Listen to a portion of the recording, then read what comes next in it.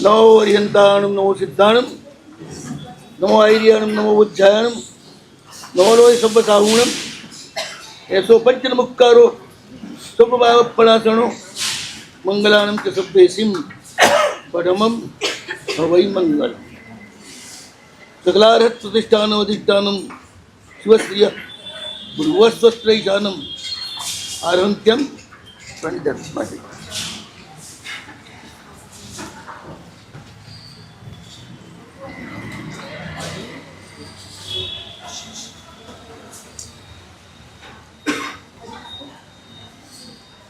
सवारे तुमने लोगों संभळाव्યું નથી ઘણા ખરાને વધારે ઊંચું હતું તો અવાજ ઊંચો જતો હતો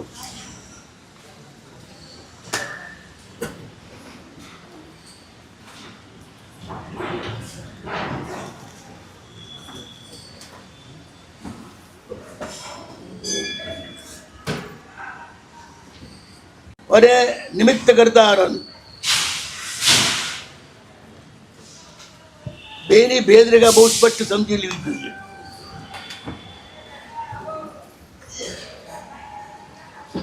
વિલંબ જેવું નથી, ભગવાનને ગમ્યું તે ખરું.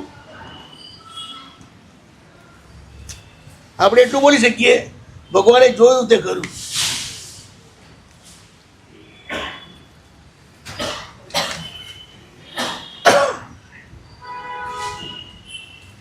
વાત એટલે જ છે કે જે રીતે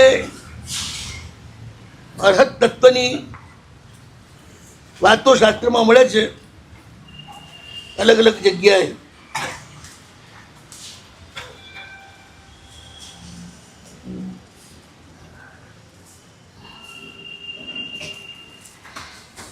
કથાકોશ પ્રકરણ છે. આચાર્ય જીનેશ્વરપુરી જેમણે આપણે અષ્ટકજી ઉપર તો અભય સુરમાની ટીકા છે, પણ જીનેશ્વરની પણ ટીકાઓ છે. શંકર ગચ્છવાળા જેમને આદ્યાચાર્ય માને છે.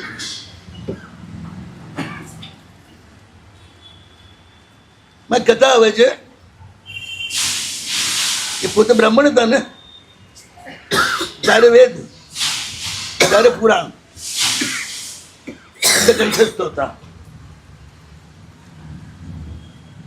એમાં એમણે સંદર્ભ ઢાંક્યો છે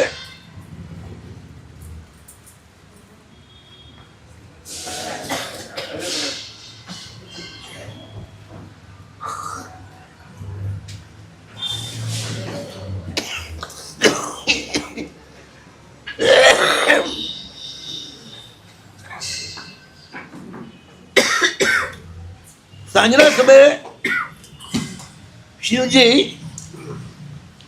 સંધ્યાવંદન કરી અને ધ્યાન કરી રહ્યા છે.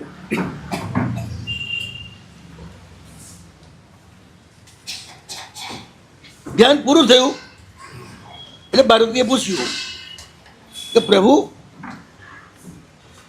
જગતના શ્રેષ્ઠ મહાદેવ તમે,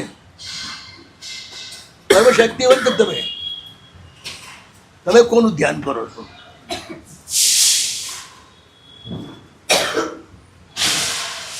પૂછનાર પાર્વતી છે, જવાબ આપનાર શિવજી છે. ને કોડ વર્ડમાં જવાબ આપ્યો.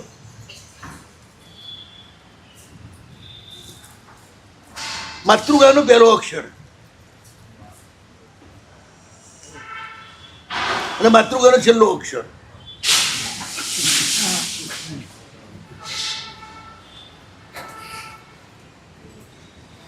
તંત્ર એવું માને છે આખું વિશ્વ જે છે ને એની માં મારાખડી છે, એટલે એને અક્ષર માતૃકા કહી છે. કઈ રીતે માં છે વાંચવું બહુ ગહન વિષય છે. અક્ષર માતૃકા અને વર્ણ માતૃકા બે એક જ, જેનો નાશ કદી બંધ નથી થતો, એટલે અક્ષર પણ કહેવાય, વર્ણ પણ કહેવાય. આત્માનો જન્મ એ જ આપે છે, શુદ્ધ આત્મા.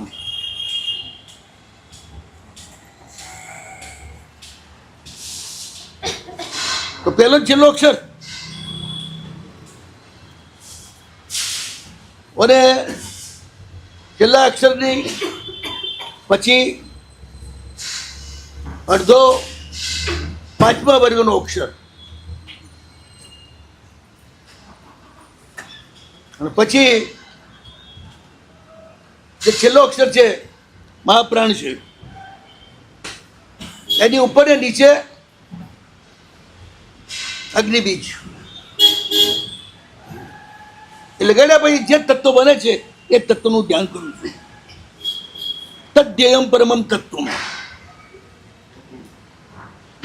એ જ પરમ તત્વ છે, એ ધ્યેય છે, સકલ સચરાચરમાં વ્યાપ્ત એવું એ પરમ તેજ છે અને જીવનનું રહસ્ય છે.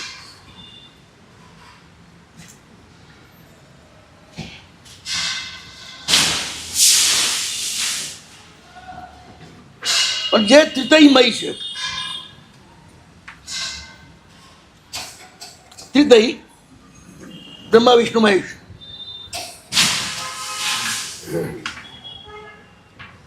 બ્રાહ્મી શક્તિ, વૈષ્ણવી શક્તિ, શૈવી શક્તિ ત્રણે જેનામાંથી જ પ્રગટ થાય છે અને સમાયેલા છે.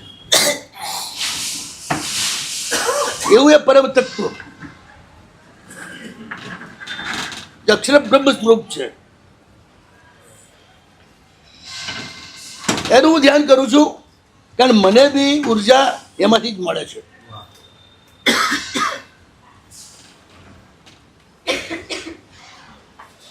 એટલે એનું નામ છે અરમ.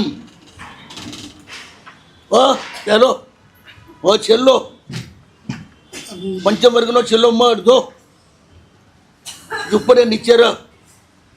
આપણે અરહમ બોલીએ છીએ, જાપ માટે અરહમ છે, પણ ધ્યાન માટે અરહમ નથી, અરમ છે.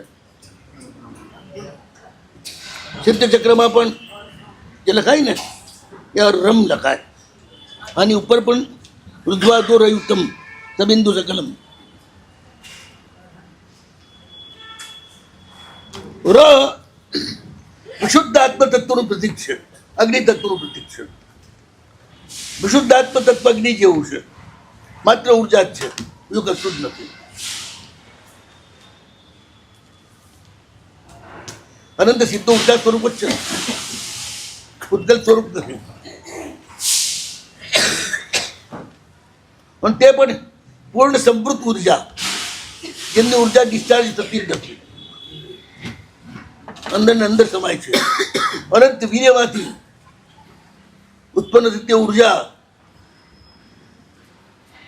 ક્યાંય ડિસ્ચાર્જ નથી થતી, પણ એમાંથી સમગ્ર જીવ જગતને ઉપર ખેંચવાનું જબરદસ્ત લઘુત્વાકર્ષણ બળ પેદા થાય છે.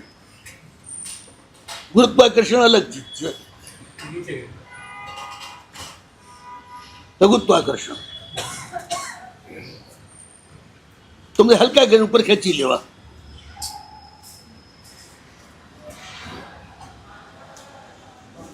બધું જ જે કરતા હોય તો આપણે શું કરવાનું?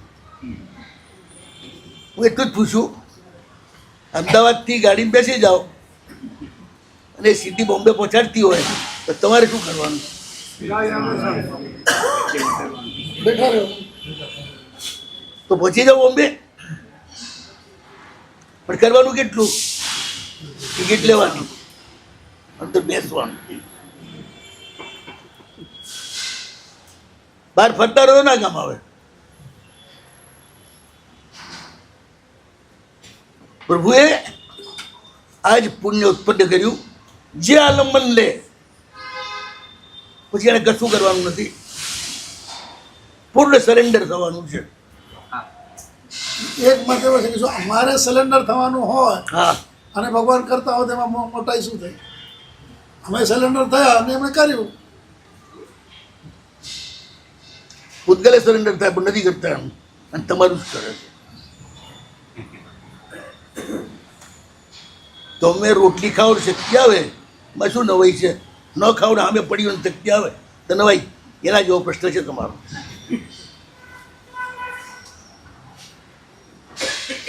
એટલું નથી કરવું, કરવાનું તો છે ને પુરુષાર્થ. અહંકાર અને કૌતુક, ઉત્સુકતા આ બેને તોડવાના છે. અહીં જે ફસાવો છો ને અહંકાર ને ઉત્સુકતાના કારણે,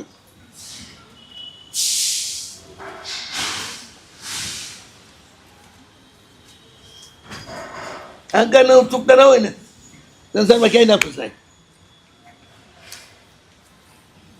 કઈ નવી ચીજ જોયું એટલે ઉત્સુકતા આવી જાય, શું હશે જરા જોઈ જોઈએ.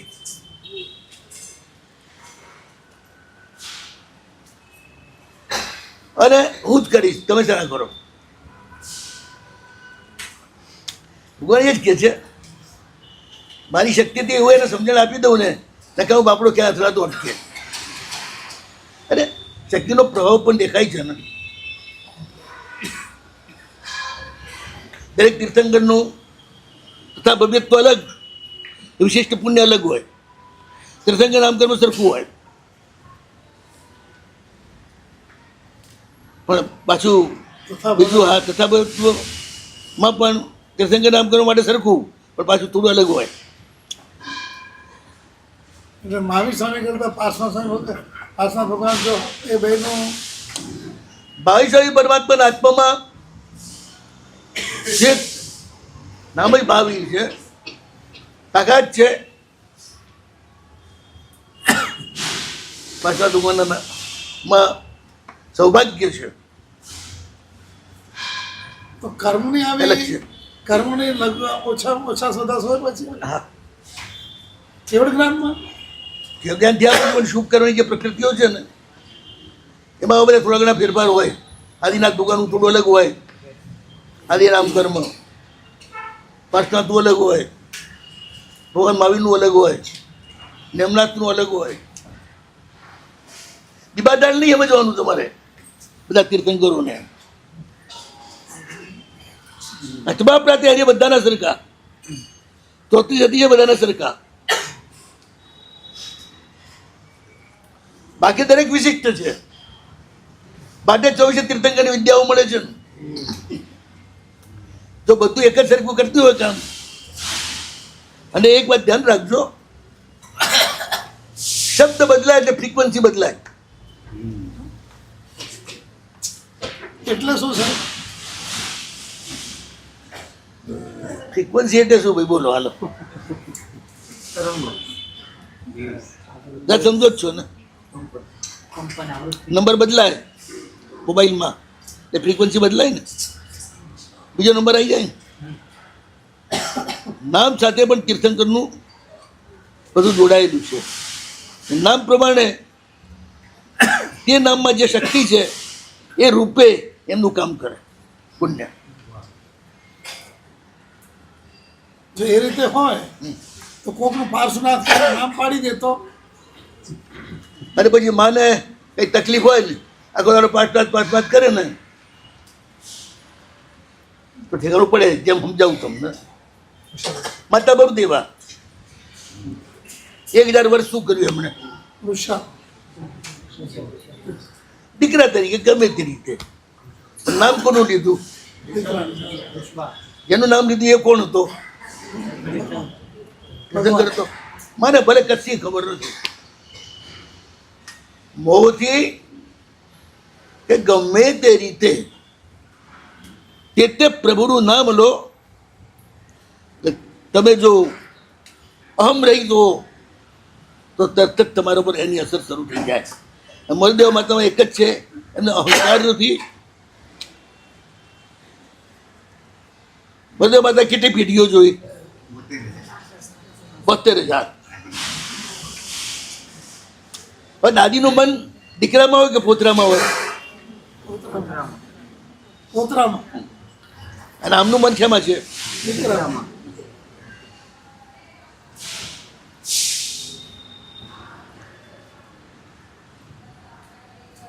એક તો અનાદિ નિગોદમાંથી નીકળ્યા પછી કોઈ કુસંસર્ગ થયો નથી કે જેને કારણે એમના કુંવારા આત્માની અંદર કોઈ ગલત સંસ્કાર પડે.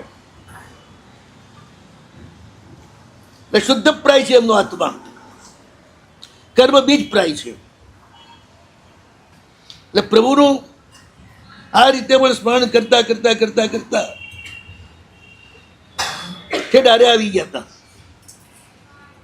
અને જ્યાં પ્રભુને કેવળ જ્ઞાન પામ્યા પછી પરમ રિદ્ધિમાં જોયા અને માં ભડક્યા કે આ તો મારો વાલીડો આવી મોજ કરે છે ને, આવી રીતિ સ્થિતિ સમૃદ્ધિમાં રહે છે ને હું અહીંયા રોઈ રોઈને મરી ગઈ. મારો શક્ય હશે, ભૂખ્યો હશે, તરસ્યો હશે, ખરેખર આટલું મળ્યા પછી છોકરો મને ખબર ના આપે, ધિક્કાર છે આ સંસારને. એક આટલો જ મોહ હતો, બીજા તો કોઈ પદાર્થ ઉપર મોહ હતો જ નહીં.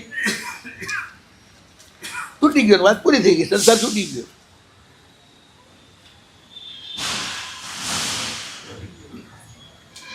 પ્રભુના નામના સ્મરણનો પ્રભાવ છે. આપણે દી આવતું જ્યાં વિશે ખુશ થઈ ગયા પંડિત આવે છે ને, ત્યાં દ્રષ્ટાંત આપ્યું છે ને, ડોશીનો દીકરો હંસ હતો ને,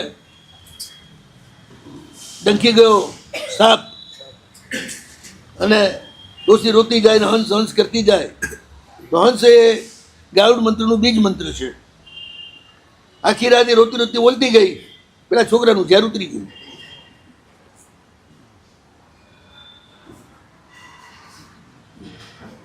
તીર્થંકર પરમાત્મા જ્યારે મોક્ષની અંદર પધારે, 8 કર્મ એમના ખતમ થઈ ગયા છે, છતાં પણ અહીંયા એમનો પ્રભાવ દેખાય છે, એમનું સૌભાગ્ય વિશેષ પ્રકારનું આપણને વર્તાય છે. એની પાછળનું કારણ શું? પાર્શ્વનાથ ભગવાન એનું આદે નામ કર્મ વખણાય, પરમાત્મા મહાદેવનું શાસન અત્યારે પણ ચાલે, તો એની પાછળનું કારણ શું?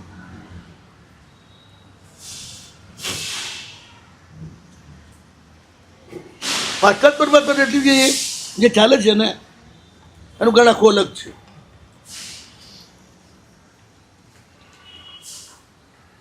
એના આનંદ સાથે સંબંધ નથી, ઇતિહાસ સાથે સંબંધ છે. ઇતિહાસ ભગવાન વજ્રસ્વામી એવું કર્મ લઈને આવ્યા હતા, એક રાત પણ જે એમની સાથે રહે અને એક વાર પણ જે એમની સાથે ગોચરી વાપરે, એમનું મૃત્યુ એમની સાથે જ થાય. કર્મ ચેન્જ થઈ જાય. કેટલાયના કર્મ એવા હોય છે કે બધાના કર્મને આક્રાંત કરી દે. જેમ સૂર્ય યા બધા ગ્રહોના પ્રકાશને આક્રાંત કરે છે ને, એ રીતે બહુ વિચિત્રતા છે કર્મની, કર્મબંધોની. કર્મગ્રંથમાં કેટલી વાત આવે એના માટે? ના આવે. આત્મા ઉપર જ્યાં સુધી કર્મ હોય ને ત્યાં સુધી વાત અલગ છે, પણ કર્મ પૂરેપૂરા વિખેરાઈ ગયા છે, એના પછી આવી સ્થિતિ શા કારણે? અરે હું કહું તો છું એમ, તો પૂરું.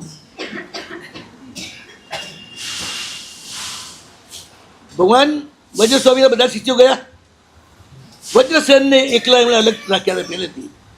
એમને બધી ખબર હતી, એટલે પોતાનો વંશ અને મુનિકુળ એનો નાશ ન થાય એના માટે વજ્રસેન સ્વામીનું ગોચરી અને રાત્રિ વિશ્રામ અલગ રાખ્યા હતા. કાળ કર્યો ત્યારે વજ્રસેનને વિદ્યા આપી આકાશ ગાંધીની. 12 વર્ષનો ભયંકર દુષ્કાળ છે. ત્યારે કહ્યું એમને કે જ્યાં આગળ તું વિહાર કરતા જાય 1 લાખ સોનૈયે ચોખાની હાંડી ચડે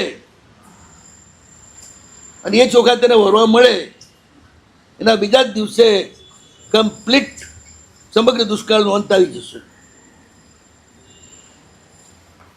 અને વજ્રસેન ફરતા ફરતા ફરતા નાલા સોપારા પાસે સુરપારક પત્તન નામનું ચોથારાનું એક ભાન તીર્થ હતું, જેનું નામ હતું પ્રિય મેલક,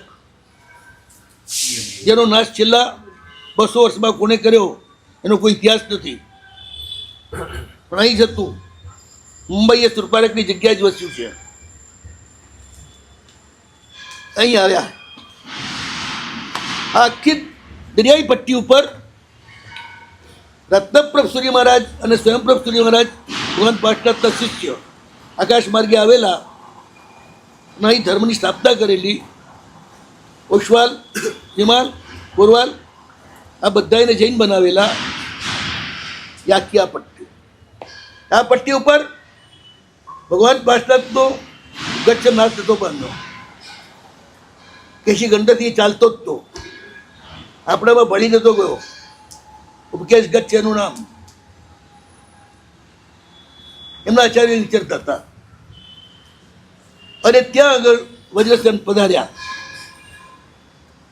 મહાવીરના શિષ્ય એકલા જ, બાકી બધા પાશ્ચાત્ય પરંપરાના સાધુઓ અહીંયા હતા. અને સાવકો પણ જે હતા પાશ્ચાત્ય પરંપરાના સાધુઓથી જ ધાર્મિક બનેલા. હવે અહીંયા આવ્યા અને પેલી ઘટના બની લાખસોનિયાની. તેમણે કહ્યું શેઠને કે ભાઈ આવતીકાલે સુકાળ થઈ જશે. તો પેલો કહે કે તમારું આખું કુટુંબ આપની પાસે દીક્ષા લેશે. બે દાડા પરદેશથી સેંકડો વાહન આવી ગયા અનાજના. દુષ્કાળ એક્સપોર્ટ ડિપોર્ટની ખામીથી જ પડતા હતા, વસ્તુની ખામીથી નહીં.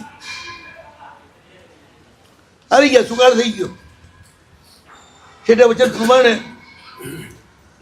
ચંદ્ર, નિવૃત્તિ, વિદ્યાધર અને નાગેન્દ્ર ચારે ગુરુમાને સોંપી દીધા, દીક્ષા લીધી. વજ્રશ્રીને દીક્ષા આપી. વળી દીક્ષા પહેલા જ એમનું આયુષ્ય પૂરું થઈ ગયું. 128 વર્ષ જીવ્યા. એનો સંયમ પર્યાય 120 વર્ષનો. 8 વર્ષની ઉંમરે દીક્ષા લીધેલી. દીક્ષાના પર્યાયમાં વજ્ર સ્વામીથી સિનિયર, પણ પેલા યુગ પ્રધાન, આ પછીના યુગ પ્રધાન નકાલ કરી ગયા. હવે બાળ મુંજોનું થાય શું? યક્ષદેવ સૂર્ય સંભાળી લીધા. એ પણ 10 પૂર્વોત્તર હતા. વળી દીક્ષામાં વજ્રસેનના નામથી જ એમણે દીક્ષા લીધી. જ્ઞાનથી જોયેલું અમારું ગચ્છપોળા આ પ્રદેશની અંદર છેવટે નામ શેષ થઈ જશે ત્યારે મહાવીરનું જ શાસન અહીંયા ચાલશે. એમનો શિષ્ય સમુદાય અહીં ફેલાશે અને રહેશે. એટલે વળી દીક્ષા એમને આપી. 10 પૂર્વોત્તર હતા એટલે બધું જ્ઞાન જેટલી એમની ક્ષમતા હતી એટલું આપ્યું. પછી આજે રક્ષિત દુર્બલિકા પુષ્યમિત્ર એ આખી અલગ વાત છે. આ વજ્ર સ્વામીના પોતાના વંશની વાત છે. પહેલી તો વિદ્યા શિષ્યોની વાત છે. તો આ રીતે આ પ્રદેશમાં ભગવાન પાશ્ચાત્યના શિષ્યોનું જ વર્ચસ્વ હતું. એમના જ પ્રતિબોધિત લોકો શ્રાવકો હતા. એટલે પાશ્ચાત્ય પરમાત્માના તીર્થો અને બધું અહીં આગળ વધારે છે. ને આપણને પણ પાશ્ચાત્ય પરમાત્માની કૃપાથી આ ધરતી ઉપર દાન મળ્યું અને આજ સુધી આપણે ફેલાયા. એટલે આપણા આચાર્યોએ પાશ્ચાત્ય પરમાત્માની કૃતજ્ઞતા રૂપે એમની આરાધના આજ સુધી ચાલુ રાખી છે. બોલો, હવે પૂછો.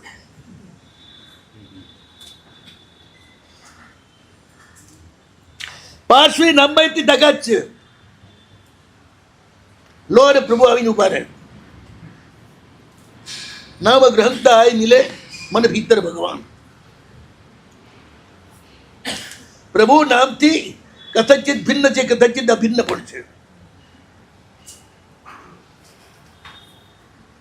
એકાંતે ભિન્ન પણ નથી, અભિન્ન પણ નથી. તમે પણ જે નામથી જાગતા હો ને એ નામથી ભિન્ન અને અભિન્ન બંને છો. ભિન્ન એટલા માટે છો, તમારું નામ લખીને કોઈ ખોટા માર્ગ તમને લાગતા નથી એટલે ભિન્ન છો. અભિન્ન એટલા માટે છો કે તમારા નામમાં તમારા પ્રાણનું આહ્વાન કરી અને કોઈ પ્રગ કરે તેની અસર તમારા ઉપર થાય. બાદ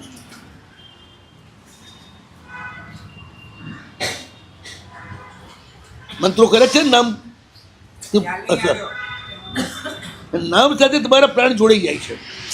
એમ પરમાત્માના નામ સાથે એમના પ્રાણ જોડાયેલા છે. એક વાત યાદ રાખો, પ્રભુનું આત્મા મોક્ષમાં જાય છે, પ્રાણ શક્તિ અહીં જ રહી જાય છે. એટલે કહી દીધું ને, વ્યક્તિ રૂપેણ મુક્તિસ્થ, શક્તિ રૂપેણ સર્વગન. એમ મહારાજ થાક નથી ઉતરે.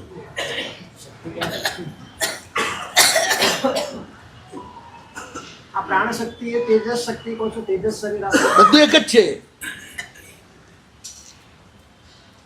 ઉર્જા એ બધાનો છેલ્લો સરવાળો એક જ, જેનાથી જ બધા ચાલીએ છીએ આપણે.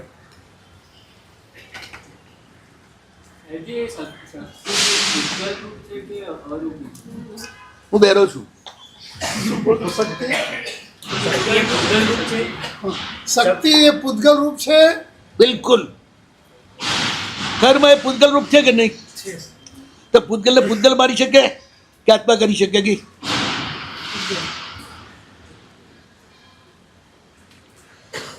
એક વાત ખ્યાલમાં રાખો,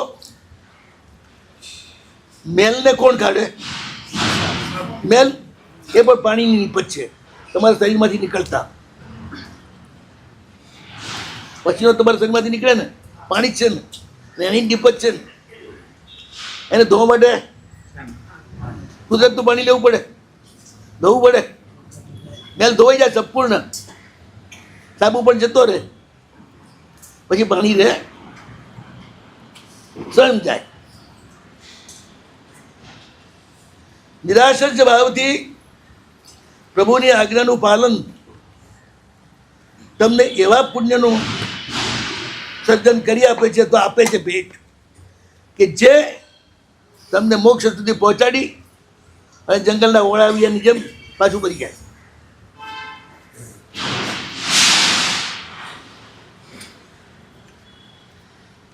મારા મનમાં આ પ્રશ્ન થતો જ હંમેશા થોડો છે ને, પહેલેથી જ હું અને કીર્તિચંદ્ર મહારાજ કાળ કરી ગયા.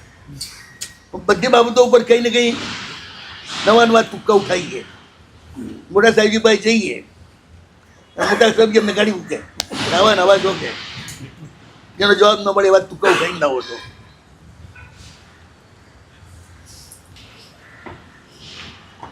મને થયું કે ભગવાનના 3 શરીર છે. જોડિયાની અવસ્થામાં પણ એ તો છે જ, ઔદારિક, તેજસ અને કાર્મણ. ધ્યાન અવસ્થામાં કાર્મણ સમાપ્તિ થઈ જાય છે, પેલા અશુભ કાર્મણની, પછી છેલ્લે શુભ કાર્મણની.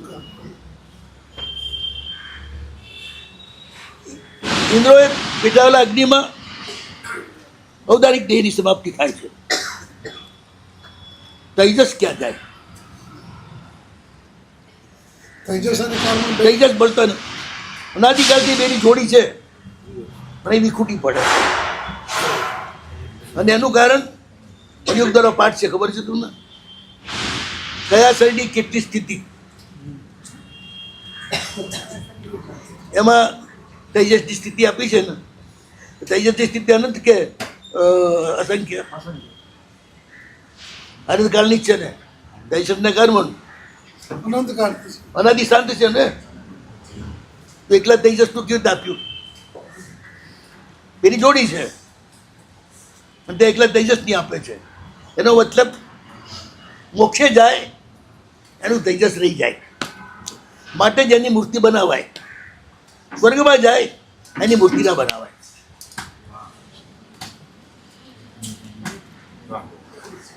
પ્રાણ પ્રતિષ્ઠા એની જ થાય. હું મારી સ્વર્ગમાં ગણતો મારી પ્રાણ પ્રતિષ્ઠા કરો ને ત્યાંથી મારું તેજસ અહીં આવે ને હું ત્યાં લટકી જાઉં. ખેંચો એટલે મંત્રની તાકાત છે.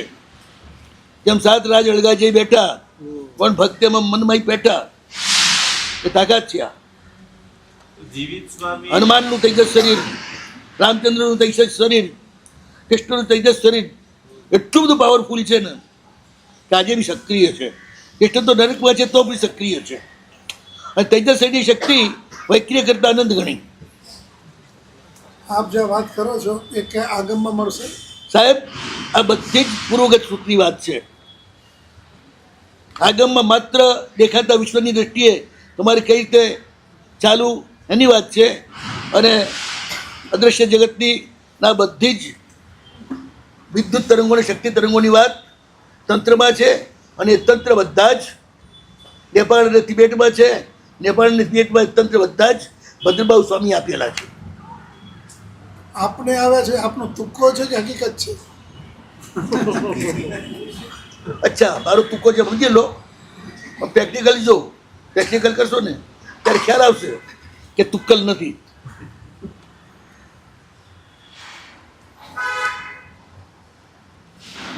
હવે મેં વાંચ્યું ને અસંખ્ય વર્ષ, મેં કીધું કે આ અસંખ્ય વર્ષ હોય જ સી રીતે, આ તો અનંત જ હોવા જોઈએ, આ બને જ સી રીતે. બહુ વિચાર કરતા જ્યારે વજ્રસ્વામીના પ્રબંધમાં વાંચ્યું કે અનંત તીર્થંકરોનું તેજ એમનામાં સ્થાપન કર્યું ત્યારે ભક્તિ થઈ. જેનો નાશ નથી થયેલો એવા તીર્થંકરનું તેજ એમનામાં સ્થાપન થયું. ત્યાં અનંત તે સંખ્યાવાચક નથી, વિશેષણ છે. આપે આ સંબંધી કોઈ એવા મહાપુરુષો સાથે ચર્ચા કરી? ગુરુ મહારાજે સ્પષ્ટ કહ્યું હતું ને નામ આપ્યા હતા. આ કોઈને આની ખબર નથી, બધા આત્મિક ધારામાં ચાલવા વાળા છે. એ તું ત્યાં પૂછીશ તને કોઈ જવાબ નહીં મળે, હું તમને જવાબ આપીશ. અને સંદર્ભો એવા છે ને તમે ખોજ છો, જ્યાં પણ સત્ય છે એ બધું જ જીના આગમરૂપી સમુદ્રમાંથી ઉડેલા છાંટા છે. જે સાધના માર્ગો અત્યારે જૈનો પાસે સચવાયેલા છે, પણ સત્ય જેને કામ કરે છે તો નિશ્ચિત અહીંથી જ ગયેલા છે. અને આપણી પાસે પણ હતા, આ ધારા હતી.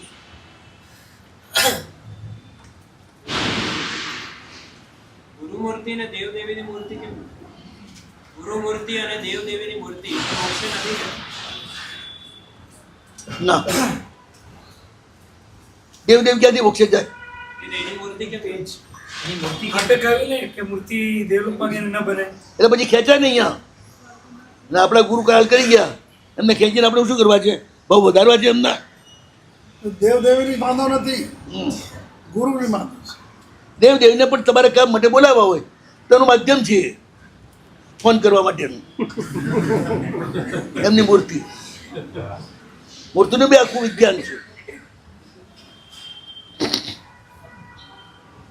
આ વિજ્ઞાન આપણા જ હાથમાં આવીને બીજાના હાથમાં કેમ ના આવે? હવે આમાં તો પ્રભુની મરજી.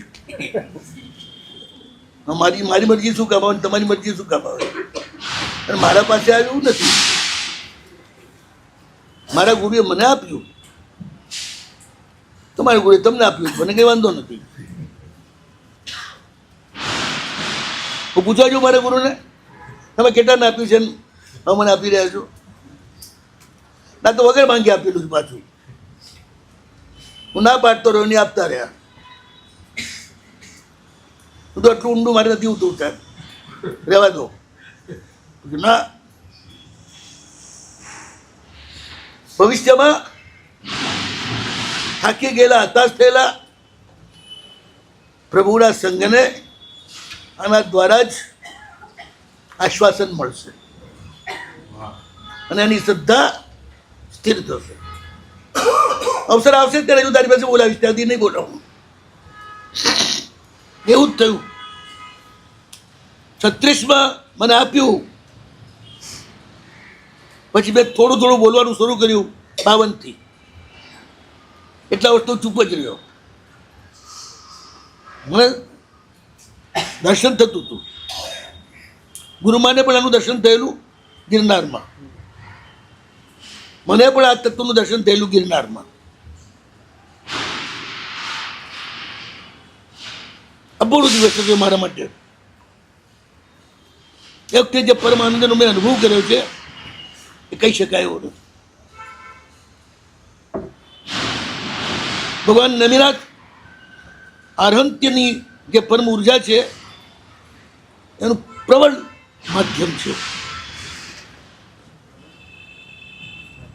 પછી ભગવાન ઋષભ, પછી ભગવાન પાર્શ્વ શંખેશ્વર.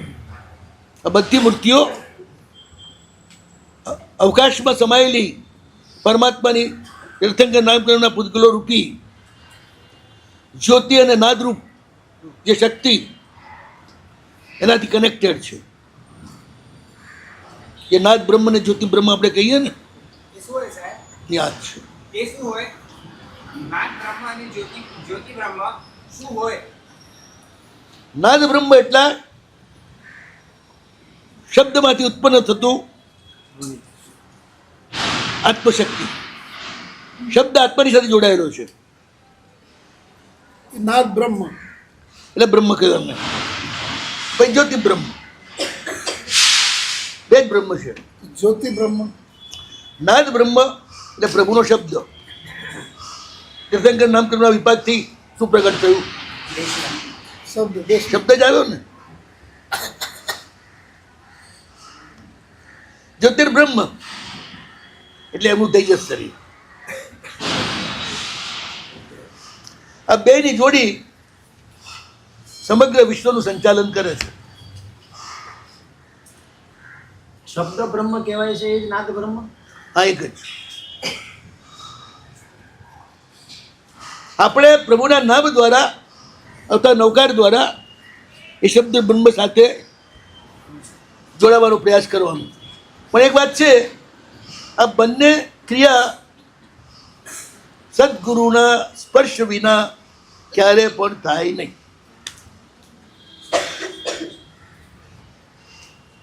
ગુરુના શબ્દથી જ એ વિશ્વમાં પ્રવેશ મળે, એ સિવાય ના મળે. એ તો ઘણા મફતિયા ઘૂસી જાય પણ કોઈ ના જઈ શકે એ રીતે. અધિગત્યાખિલમ શબ્દ બ્રહ્મશાસ્ત્ર દિશા મુનિ, પછી અનુભવ પરબ્રહ્માધિગચ્છતિ. એ પ્રભુના સ્વરૂપને પછી જોઈ શકે છે. એમના શક્તિના પ્રભુ શક્તિ સ્વરૂપ જ છે. આપણા માટે દેહ સ્વરૂપ છે. વિશ્વ વ્યવસ્થામાં એ માત્ર શક્તિ જ છે, મોક્ષ માર્ગે ચલાવવા માટેની. ગુરુ શક્તિ આપણા માટે કામ કરે કેવી રીતે? મેં સવારે કહ્યું હતું ને, સૂર્યની શક્તિ જ તમારા માટે કામ કરે છે ને. એ તો દેખાય છે ભૌતિક જગતમાં. એ સિવાય ભૌતિક જગત ચાલે જ નહીં. તો પરમાત્મા પરમ સૂર્ય છે. જે સૂર્ય અને ગ્રહ નક્ષત્રોમાં તેજ છે ને, પ્રકાશ છે, એ આતપ નામકર્મના ઉદયથી ઉદ્યોત નામકર્મના ઉદયથી છે. પણ એની અંદર જે સર્જકતા છે એ પ્રભુની શક્તિ એની સાથે જોઈન્ટ છે માટે છે. એટલે એમ કહી શકાય, જેમ વિજ્ઞાન કહે છે ને, સૂર્યના પ્રકાશનું પ્રતિબિંબ ચંદ્રમાં પડે છે અને એ ચમકે છે. એ રીતે આ શક્તિ એનું પ્રતિબિંબ પડે અને ચમકે. ધ્યાન દ્વારા જે મળે, ધર્મોપદેશ વાળા ગ્રંથ છે મને લાગે જયસિંહ સુરીનો, એમાં અહમ અક્ષર તત્વ સ્તવ છે. એક વાર ટાઈમ મળે ત્યારે જોઈ જજો. અહમ અક્ષર તત્વ. એ સિવાય આ વાત સૂર્યમંત્ર કલ્પમાં પણ ચાલી છે. અને એમાં તો એક વાત બી સ્પષ્ટ છે, આરંત્ય એટલે પરમાત્માની પરમશક્તિ, પણ એનું સ્થાપન પ્રથમ ગણધરમાં થાય છે. એટલે ગૌતમ ગણધર પણ આરંત્ય રૂપ છે.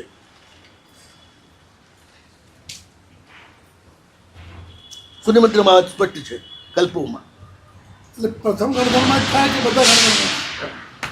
ચિત્તમ પડમ ગણરો પાર્થંગમ પવયનમ તદા હારો સમણ સંગોવા. એટલે પ્રથમ ગંધર એ તીર્થ છે, દ્વાચાંગી પ્રવચન એ તીર્થ છે. એ પ્રભુનું પરમ સર્જન એ જ છે ને, ઉપનૈવા વિમયમાંથી. એ બંને તીર્થ છે, એક તારે છે. પણ શબ્દ રૂપીય તીર્થ રે ક્યાં? તો કે ચતુર્વિધ શ્રવણ સંગમમાં. ચતુર્વિધ અને શ્રવણ સંઘ ચૌપીઓ શ્રવણ સંઘ બહુ. ચતુર્વિધ સંઘ અલગ ચીજ છે, ચતુર્વિધ શ્રવણ સંઘ અલગ ચીજ છે. એ કેવી સાધુ 25મો તીર્થંકર ચતુર્વિધ શ્રવણ સંઘ છે, બાકી કોઈ નહીં. તો આ ગ્રસ્તો બોલતા હોય છે કે અમે 25મું તીર્થંકર છીએ. હવે આમાં તો છે ને શરાબ પીતા પછી ક્યાંય બોલતા હોય કે આખા હિન્દુસ્તાનનો બાદશાહ હું જ છું.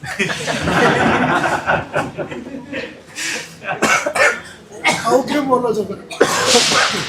તો પોતાની ઓકાત જાણ્યા વિના જે બધા વાતો કરે એને પીધેલો નાખું તો બીજું શું કહું.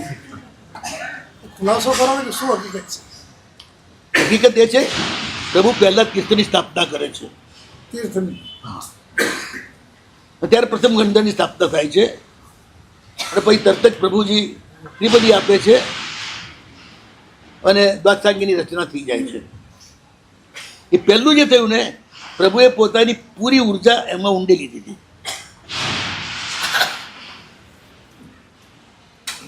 ચતુર્થ શ્રવણ સંઘ એટલે ઓમ આચાર્ય ઉપાધ્યાય પ્રવૃત્તિ. પહેલા આચાર્ય, પછી ઉપાધ્યાય, પછી શિક્ષ અને પછી સાધર્મિક. તો સાધુ જ ચાલે તો ચાલે. ચતુર્વિધ શ્રવણ સંઘ જ તો કહું છું ને. ચતુર્વિધ સંઘ અલગ છે, ચતુર્વિધ શ્રવણ સંઘ અલગ છે. અને જે તીર્થંકર છે 25મો ગણીએ એ ચતુર્વિધ શ્રવણ સંઘ, જેને પ્રભુ રોજ નમસ્કાર કરે છે, નમો તીર્થસ્થ કહીને. આ બધાને નહીં. ના, જરાય નહીં. આમે આ બધા છે ને સાધુ એમની સાથે જોઈન્ટ ન હોય તો મને ખરા ભગવાન ચલો આમ માનો, સાધુ ને સાધુ બગાત થઈ જાય તો શ્રાવણ શ્રાવી 25મો તીર્થંકર થાય. જ્યારે તમારા ઉપર રોપ છાંટતા હોય ત્યારે તમે એમાં ભેગા હો છો તો પછી મૂર્ખતા જ છે ને. તો જ્યાં શું તો અમારા જેવા મહાત્મા પણ એમ તો કહે છે કે તમે 25મો તીર્થંકર છો. છેલ્લા 200 વર્ષના મહાત્મા બહુ ભોળા છે. ચૈત્યવાસ આવ્યા પછી ગ્રહસ્થોને મહત્વ આપવામાં આવ્યું, એમાંથી આવી બધી ગરબડો સર્જાઈ. ચૈત્યવાસ પહેલા હિન્દુસ્તાનનો છે ને કમ્પ્લીટલી સંન્યાસી વર્ગ કોઈ સમાજ સાથે જોડાયેલો નથી, ઈષ્ટ સાથે અને દર્શન સાથે જોડાયેલો છે. આપણે જે રીતે સામાજિક બન્યા છીએ, જે રીતે બધા ધર્મના નામે સમાજ બન્યા છે, એવા વ્યવસ્થિત સમાજ આપણા સિવાય સ્વામિનારાયણનો છે બસ, ભાઈ કોઈ રોય નથી.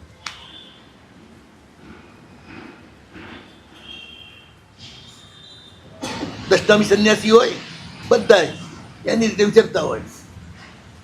સમાજનો એમના પર કોઈ પ્રતિબંધ નહીં, એમના ગુરુનો બસ. એમાં આપણે ત્યાં બધા જ ગચ્છો પોતપોતાના ગુરુને અધીન રહી વનવાસમાં વિચરતા હતા, સ્વાધ્યાય કરતા હતા. કોઈ ભાવિક આવી જાય તો એ સમયે ઉપદેશ આપી દેતા હતા, પણ રોજ વ્યાખ્યાન વાંચવાનો ધંધો નહોતા કરતા. વાણિયાઓ સાથે આવે ને એ ધંધાદારી એટલે તમને ધંધાદારી બનાવી દીધા. તમારે ધ્યાન કરવાનું છે, ધંધો નથી કરવાનો. એમનું ધ્યાન કોણ રાખે? હે એમનું ધ્યાન કોણ રાખે? ધ્યાન કરશે એનું ધ્યાન કોણ રાખે? જેમના પુણ્યથી એ સ્થપાયેલો છે એ. તમારી અમારી શું તાકાત છે? આપણે આ જંગલોમાં જાઓ છો તમે ત્યારે તમારું ધ્યાન રાખવા કોણ આવે છે?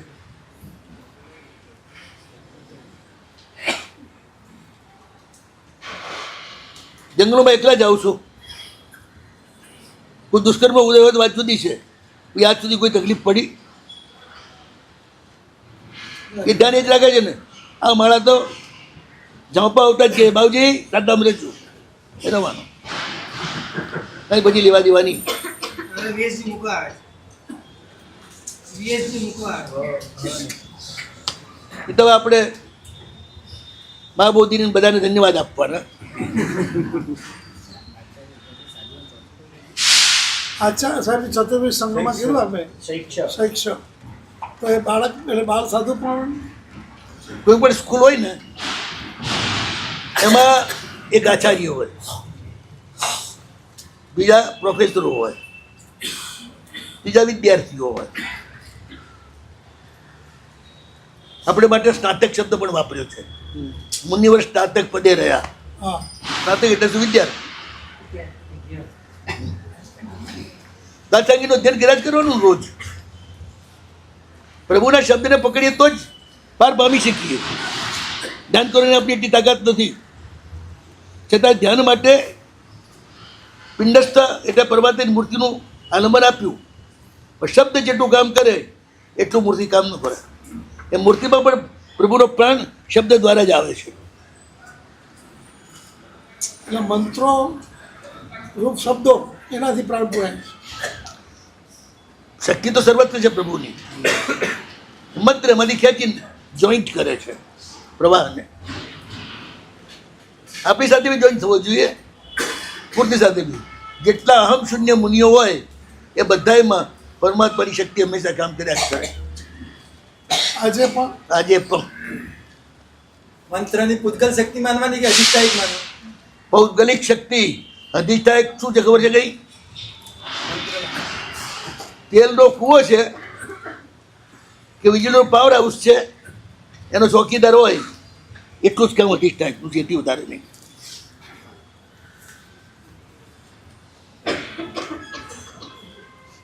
ચોકીદાર પાસે છે કોઈ શક્તિ કોઈ નથી. જે છે તેલના કૂવામાં જ છે, જે છે પાવર હાઉસમાં જ છે. પેલો શું કરે? ફેસ ઓછો ઊંચો ઊંચો કરી આપે, જોઈન્ટ કરી આપે, એટલું જ કામ કરે. પણ પેલું વિદ્યુત તો ઉત્પન્ન નથી કરતો ને. આપ સાહેબ આ શબ્દ બોલો તો એ દેવોની અસાધના ન થાય? એવો તો રાજી થાય. આ લોકો મારા બેટા ભગવાનથી વધારે અમને માનીને અમને દુર્ગતિમાં ખેંચી રહ્યા છે, એટલે આવો ખુલાસો થવો જોઈએ. એ રાજી થાય. આ બનાવી જવું પડે. હે, અત્યારે બનાવી જવું. એક વાત પૂછું, સિપાળે કેટલા દેવતાને બોલાયા હતા? સિદ્ધ ચક્રના અધિષ્ઠાયક વિમલેશ્વર એ ચકેશ્વર આવ્યા, એમને બોલાયા નથી. ન તો એમની બે રાણીઓને બચાવવા માટે એને બોલાયા, ચક્રેશ્વરીને, અને ન તો હાર આપવા માટે પોતાને બોલાયા. વિકલ્પ થાય એટલે એ પરમના ધ્યાનમાં ચાલ્યા જવાનું. એમને યોગ્ય લાગે એ વ્યવસ્થા કરે એ આપણને મંજૂર. કલિકાલ સર્વજ્ઞએ આપણી ચોઈસ નહીં. કલિકાલ સર્વજ્ઞએ વિઘ્નેશ્વર યક્ષની સાધના કરી હતી ને. કલિકાલ સર્વજ્ઞે વિમલેશ્વર અક્ષરની સાધના કરી હતી ને. ચિત્ત ચક્રની કરી. એમણે જે કરીને અપવાદ છે પત્ની આ વિષમકાળ છે. વિષમકાળમાં અભિચારિક દેવો પણ બહુ છે. એટલે જ્યાં ચોર હોય ને ત્યાં ચોકીદાર પણ રાખવા પડે. એમ એની હાથે લડવા માટે ભગવાનને ના બોલાવાય.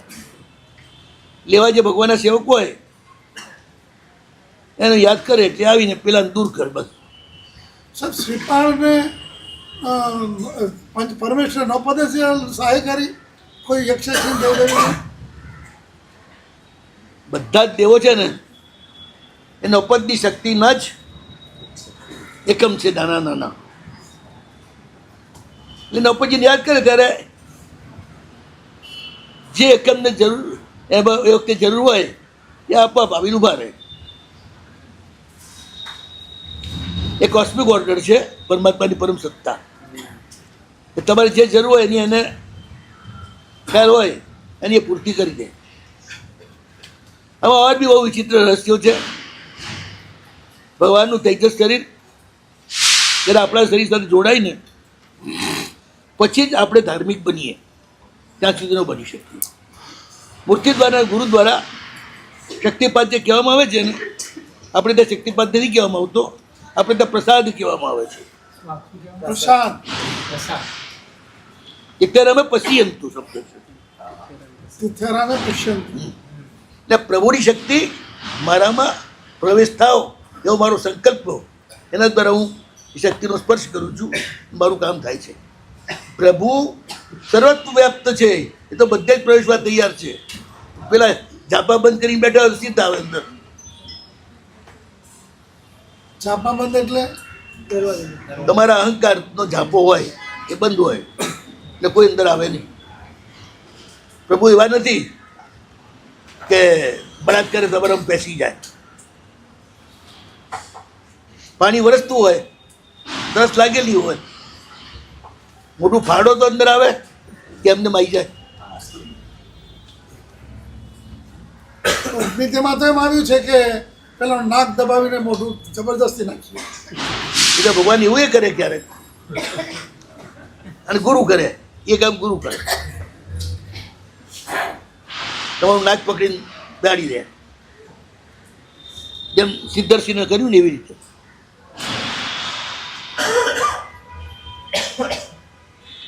વાત એટલે જ છે, તમારી બધી જ ક્રિએટિવિટીનો આધાર પરમાત્માના પંચ કલ્યાણકમાંથી ઉત્પન્ન થયેલી પરમ શક્તિ જ છે. તમે એના ગ્રાહક છો, એ એના ઉત્પાદક છે. બસ. શક્તિના આપણે ગ્રાહક છીએ અને પરમાત્મા ઉત્પાદક છે. શક્તિ તો આ ભૂતગલ સાથે રિલેટેડ છે. તો ભૂતગલાતીત જે સત્તા તત્વ છે એ એમાં શક્તિ કેવી રીતે ભાવ? એટલે શક્તિમાં આપણે ઊભા થઈને બોલો, ધીમે ધીમે બોલો છે. જેને પૂછો ઊભા થઈ જાય. બોલો બોલો તમે. શક્તિ આ તો ભૂતગલ તત્વ થયો. શક્તિ એ ભૂતગલ તત્વ થયું. તો બિલકુલ. ભૂતગલ સાથેનું આપણે આટલું અનુસંધાન કર્યું હતું. તો ભૂતગલાતીત જે સત્તા તત્વ છે એ તરફ માટે આત્મા પૂતગલાતીત છે પ્રભુની, પણ પ્રભુ જે મૂકીને ગયા ને બાદશાહી પૂતગલ રૂપ છે કે અપૌદ્ગલિક છે? અમારો ઉપયોગ અપૌદ્ગલિક છે, પણ એ શબ્દની ગૂંથણી છે એ બોલાય ભૌગોલિક. એ શક્તિનું મહત્વ છે પણ એ સત્તા માટે છે એમ. એટલે કે શક્તિનું મહત્વ ત્યાં સુધી છે જ્યાં સુધી તમે અશક્ત હો. તો તમે અત્યારે શક્તિવાન છો? એટલે નથી, પણ સત્તાનું મહત્વ તો સત્તાનું. એટલે આપણે એમ થાય છે કે શક્તિ સત્તાનો અર્થ શું બોલ? ચલો હવે સત્તાનો અર્થ શું? હું એટલે એ જે સત્તા સત્તાનો અર્થ અસ્તિત્વ. અસ્તિત્વ. હા, બસ હું ક્યાં અસ્તિત્વની ના પાડું છું. એટલે એમ કે એ શક્તિ સત્તા આ શક્તિ પ્રભુ મૂકે છે અને એનાથી જ પ્રભુનું શાસન ચાલે છે. તમારાથી ચાલતું નથી. પ્રસાદ દ્વારા જેટલી શક્તિ તમે પિકઅપ કરો એટલું પ્રભુના શાસનનું કામ તમે કરી શકો. એ તમારે પિકઅપ કરવાની છે. પ્રભુ નાખતા નથી. પાણી જઈ રહ્યું છે, મોઢું ગાલી પિકઅપ કરો, અંદર સળી નાખીને ખેંચો. એ તમારે કરવાનું છે. એ કરતૃત્વ તમારું. પાણીનો પ્રવાહ જે વહે છે એ તમારું કર્તૃત્વ નથી. એમ શક્તિનો પ્રવાહ પ્રભુએ તરતો મૂકી દીધો છે સમગ્ર વિશ્વમાં. એના આધારે તમે તરી શકો. કરવું ન તમે તમારા મરજીની વાત. પ્રભુ હાથ પકડીને જમાલીને અંદર ઠેકાણે પડતા તો મારા તમારા તો શું બાબત પૂછાય? તો શક્તિથી જ સત્તા પ્રગટ થાય એવું થયું. યાર સાવરણીથી ઘરનું આંગણું ચોખ્ખું દેખાય એ કેવું? એટલે ખ્યાલ ના આવે. ઘરનું આંગણું મેલું છે, સાવરણી ફેરવે છે એટલે ચોખ્ખું દેખાય છે. એ રીતે આ શક્તિ તમારા ઉપરના મેલને સાફ કરી નાખે છે એટલે તમારું અસ્તિત્વ પ્રગટ થાય. અનંત શક્તિમય અસ્તિત્વ. જો આ ન હોત ને તો તિન્નાણમ પછી તારેણમ શબ્દ ના લખત, બુદ્ધાણમ પછી વયાણમ શબ્દ ના લખત. પ્રભુ બે રોલમાં કામ કરે છે. જાગે છે ને જગાડે પણ છે, તરે છે ને તરાવે પણ છે, છૂટે છે ને છોડાવે પણ છે. આપણે કે રોલમાં કામ કરીએ છીએ, છૂટીએ છીએ બસ એમના પ્રભાવથી. અને એમનો એ સ્વભાવ છે, જેમ અગ્નિનો સ્વભાવ છે ઠંડી ઉડાડવાનો, જળનો સ્વભાવ છે તરસ ઉડાડવાનું, એમ પ્રભુના અસ્તિત્વનો સ્વભાવ છે. અચિંત્ય ચિંતામણી છે, અકલ્પ્ય કલ્પતરું છે, અકામ કામ ધેનું છે. આ બધા વિશેષણો ચક્રસ્તોમાં તમે વાંચો જ છો. તમારા મનની પણ પહેલે પર પ્રભુની શક્તિ કામ કરે છે. એ ચતુર્વિધ શ્રમણ સંઘ જે દ્વાદશાંગીને ગ્રહણ કરી શકે એ જ તીર્થ. જે દ્વાદશાંગીને ગ્રહણ ન કરી શકે એ તીર્થમાં ના આવે. માત્ર 11 અંગના અધિકારી હોય ને એ તીર્થમાં ના આવે. સાધર્મિક બાકી નહીં, શૈક્ષ થઈ ગયું. આચાર્ય ઉપાધ્યાય શૈક્ષ થઈ ગયું. સાધર્મિક બાકીના બધા કુળ ગણ એમાં રહેલા આચાર્ય ઉપાધ્યાયો અને સાધુઓ આ સાહેબ સાધર્મિક જ છે ને બધા. આ ગ્રંથમાં ટીકામાં મળી શકે? મૂળ સ્પષ્ટ હોય ને ત્યાં ટીકા કરવાની જરૂર નથી.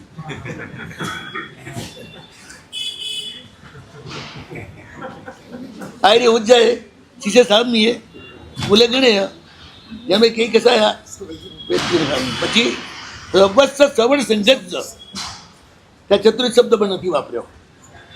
ભગવો અંજલિમ કરીએ શીશે સૌ ખમાવિકતા ખમાવી સપક્ષ ભગવાન શબ્દ વાપર્યો ત્યાં. હાથ જોડીને ઉભા રહ્યા. પછી સમગ્ર જીવ રાશિ અક્રમ છે આખો. જ્યારે સાંભળતો ને દ્રષ્ટિઓના દાવા અમે 25 તીર્થંકર મને થતું કે આ ક્યાં ભગવાન મહાવીરના વંશમાં આવ્યા છે જ ખબર નહીં પડતી. આ કોઈ બોલી શકતા નહીં. પ્રશ્ન ઉભો થતો પછી ચૂપચાપ હોઈ જતો.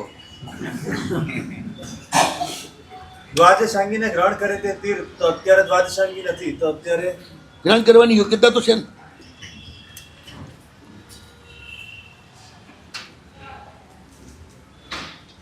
માટે તીર્થ સ્વરૂપ જ થાય. ચતુર્વિધ નો અર્થ શું ગણે? ચતુર્વિધ શ્રમણ સંઘ કીધું ને આ તો. ચતુર્વિધ સંઘની સ્થાપના અલગ ચીજ છે, તીર્થની સ્થાપના અલગ ચીજ છે. ભગવાન બે કામ કરે છે. પહેલા દાડે પહેલા તીર્થની સ્થાપના કરે છે, પછી ચતુર્થ સંઘની સ્થાપના થાય ને. તીર્થ ગેરહાજર હોય તો ચતુર્થ સંઘની સ્થાપના કેવી રીતે કરે? બધું ભેળસેળ કરી નાખ્યું છે. પછી વ્રતધારી મુનિ, વ્રતધારી સાધ્વી, 12 વ્રતધારી શ્રાવક, 12 વ્રતધારી શ્રાવિકા એ પ્રભુના ચતુર્વિધ સંઘમાં છે. તો બાકીના શ્રાવકો વિચારી લે કે પોતે છે કે નહીં. ચંદન બાલાજી વગર તીર્થની સ્થાપના કેમ ન કરી? ચંદન બાલાજી વગર તીર્થની સ્થાપના કેમ ન કરી? કારણ કે પ્રવચનના આધારભૂત શ્રવણ ચંદ્રબાની જરૂર નથી, સાધ્વીની ક્યાં જરૂરત છે ત્યાં? સાધ્વીજીને તો આપણે એમના આત્માનું કલ્યાણ થાય માટે મૂંડીએ છીએ, કઈ શાસન ચલાવવા માટે નથી મૂંડતા. તીર્થની સ્થાપના કેમ ન કરી? મહાવીર સ્વામી જ્યાર સુધી ન થયા સાધ્વીજી ત્યાં, સાધ્વીજીના આવ્યા વગર પરમાત્મા મહાવીર સ્વામીએ તીર્થની સ્થાપના કેમ ના કરી? કેમ ના કરી?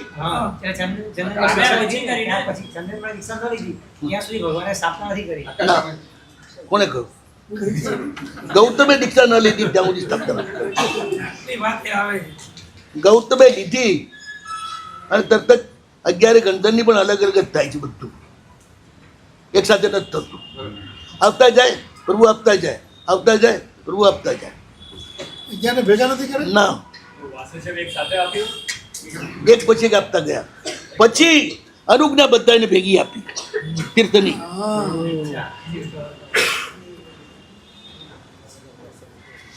અને તીર્થ તો પ્રથમ ગંટર છે એટલે તપાઈ જ ગયું. દાસંગી રચાઈ ગઈ. રચાય તો કામ ના આવે ને, અનુજ્ઞા આપવી પડે ને. પછી જેટલા ગંધર્વ હોય એટલા થઈ જાય તૈયાર, તે પ્રભુ અનુજ્ઞા આપે.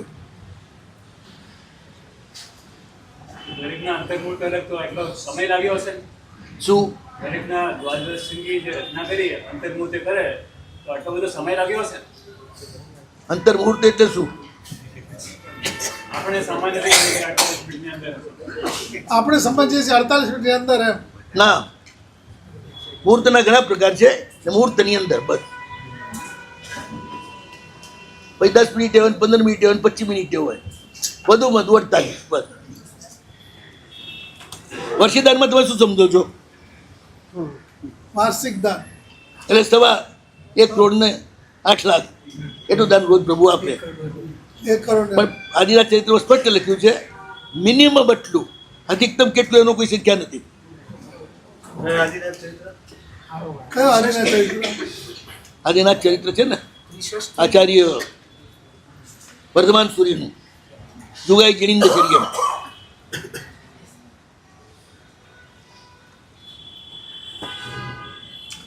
પછીના ગાળામાં ઘણા આગમો આગા પાછા થઈ જવાને કારણે ઘણી પરંપરાઓ અલગ અલગ વહેંચાઈ ગઈ અને અલગ અલગ પરંપરાના આચાર્યો રચેલા ગ્રંથમાં તૂટક એ બધી પરંપરાઓ સચવાઈ ગઈ. જ્યારે આપણે બધું વાંચીએ ને ત્યારે બધા અંકોડા મળતા જાય. પણ ફુરસદ હોય તો વાંચે ને. દીક્ષા લીધા પછી તો આપણું સૌથી મોટું કામે જે આપણે લીધું છે એ સામાન પકડાવવું.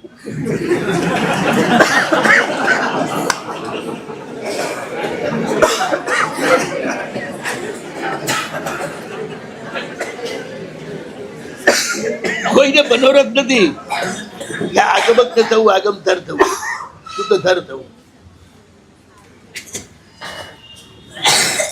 અને ગુરુ પણ શિષ્યને શબ્દથી જ ચાર્જ કરે. એટલે બધી જ મનોવેદનાઓ, ઉપદ્રવો પ્રભુના શબ્દ સાથે સંપર્ક નથી એના કારણે જ છે. જે ઉપાશ્રયમાં પ્રભુના શબ્દ આગમ એનો ઘોષ ચાલતો હોય હંમેશા, એ ઉપાશ્રયમાં ક્યારે પણ નેગેટિવિટી પ્રવેશ ના કરી શકે. રોગ ના આવે, માનસિક ક્લેશો ના આવે, કશું જ ના આવે. બધા જ સાધુઓ ભેગા થઈ ગુરુએ કહેલા સૂત્રોનું રોજ સવાર સાંજ ભેગા થઈને લયબદ્ધ રીતે જો પાઠ કરે હંમેશા તો આમની સુરત ફરી જાય. સૌનો ગાવાનો જેટલો શોખ છે ને એ તો આગમ ગાવાનો નથી. દેરાસરમાં ચૈત્યવંદન કરે ને ત્યારે નમુથુલમ ને રાગમાં ગવા વાળા કેટલા?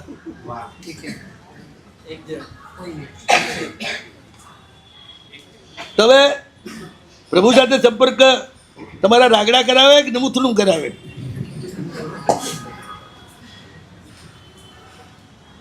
ભાષા નમુથુલમમાં પરમાત્માનું આહ્વાન છે.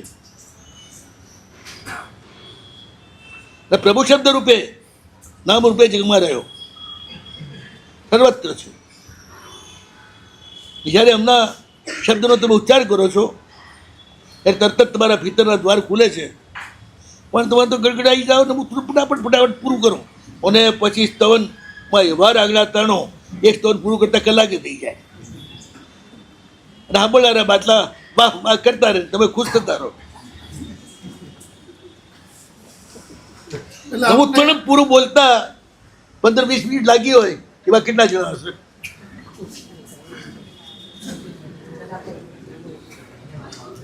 લોકો તો બોલતા જ રોમ રોમ ખડા થઈ જાય, મારા પ્રભુના નામ બોલી ના શકું, હજુ ભરાઈ જાય. પ્રભુ સાથે આપણે સંપર્ક કરતા જ નથી, એની જ આ બધી વેદનાઓ છે. ગુરુ મહારાજ જ કહેતા હતા પ્રભુ સાથે સંપર્ક થાય એની વાત તમે કરો, એવું જ્ઞાન મળે કે જેનાથી આખી દુનિયાને રીઝવીએ એ વાત ભૂલી જવાની. રીઝવવો એ કે સાઈ કે પ્રભુને રીઝવવા આપણે આવ્યા છીએ, કોઈને બીજાને રીઝવવા આવ્યા જ નથી. જે રીઝેવા છે જ ને એને શું રીઝવવા યાર? વાતમાં ખીજી જાય. રીઝેવા તો મારા પ્રભુ જ છે. ક્ષણવારમાં આવીને ઉભા રહે. ભલે ફીલ તમને થોડું મોડું થાય. અને તો પૂછું ને આ બધા ઓક્સિજન લે છે એ ઓક્સિજનને ફીલ કેટલા જણા કરે છે? નથી ફીલ થતું એટલે ઓક્સિજન નથી. જીવો છો માટે છે. તમને જવાબ આપું છું. હું રોજ પૂછો ને આનું પ્રમાણ શું, આનો અનુભવ શું? તમને ભૂખ લાગી ને મને બતાવો કાઢી. વાપર્યા પછી તૃપ્ત થઈ જાય એ બી બતાવો કાઢી બતાવી શકશો અનુભવ તો પછી પ્રેમ થઈ ગયો બતાવો કોઈને તમારો પ્રેમ કેવો છે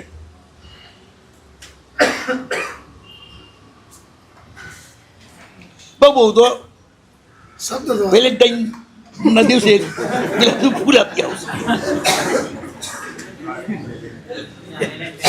કે એનિવર્સરી અંદાડે કંઈક નાનું મોટું ઘરેણું લઈને આપી દેશો આથી આગળ તમે શું કરવાના સારા શબ્દ બોલે હે સારા શબ્દ બોલે જે હાવ ખોટા જ હોય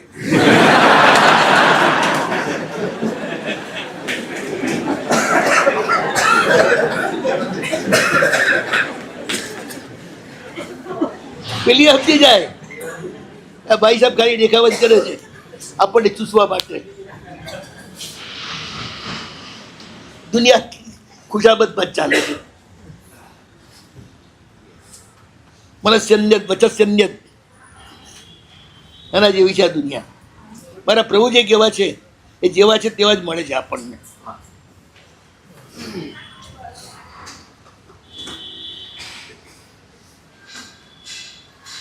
પ્રભુ પ્રભુની શક્તિથી જ આપણને મળે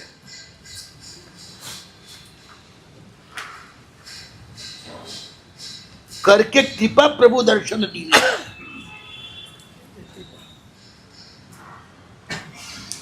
પ્રભુએ કૃપા કરી અને પછી દર્શન આપ્યા દર્શન આપીને કૃપા કરી એવું નથી આવતું ક્યાંય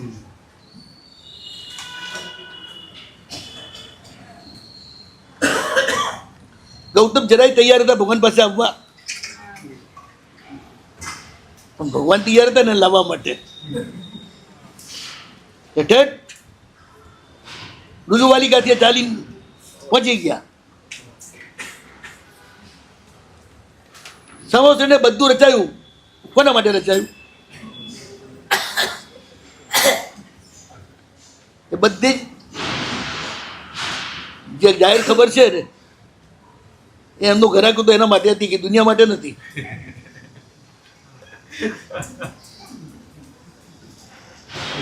આ દેહથી પણ મહાવીરે તો ઘણું તીર્થંકરોની પરંપરાથી અલગ કર્યું છે દાખલા તરીકે કયા તીર્થંકર છદ્મસ્ત અવસ્થામાં કોઈ નાગને તારવા ગયા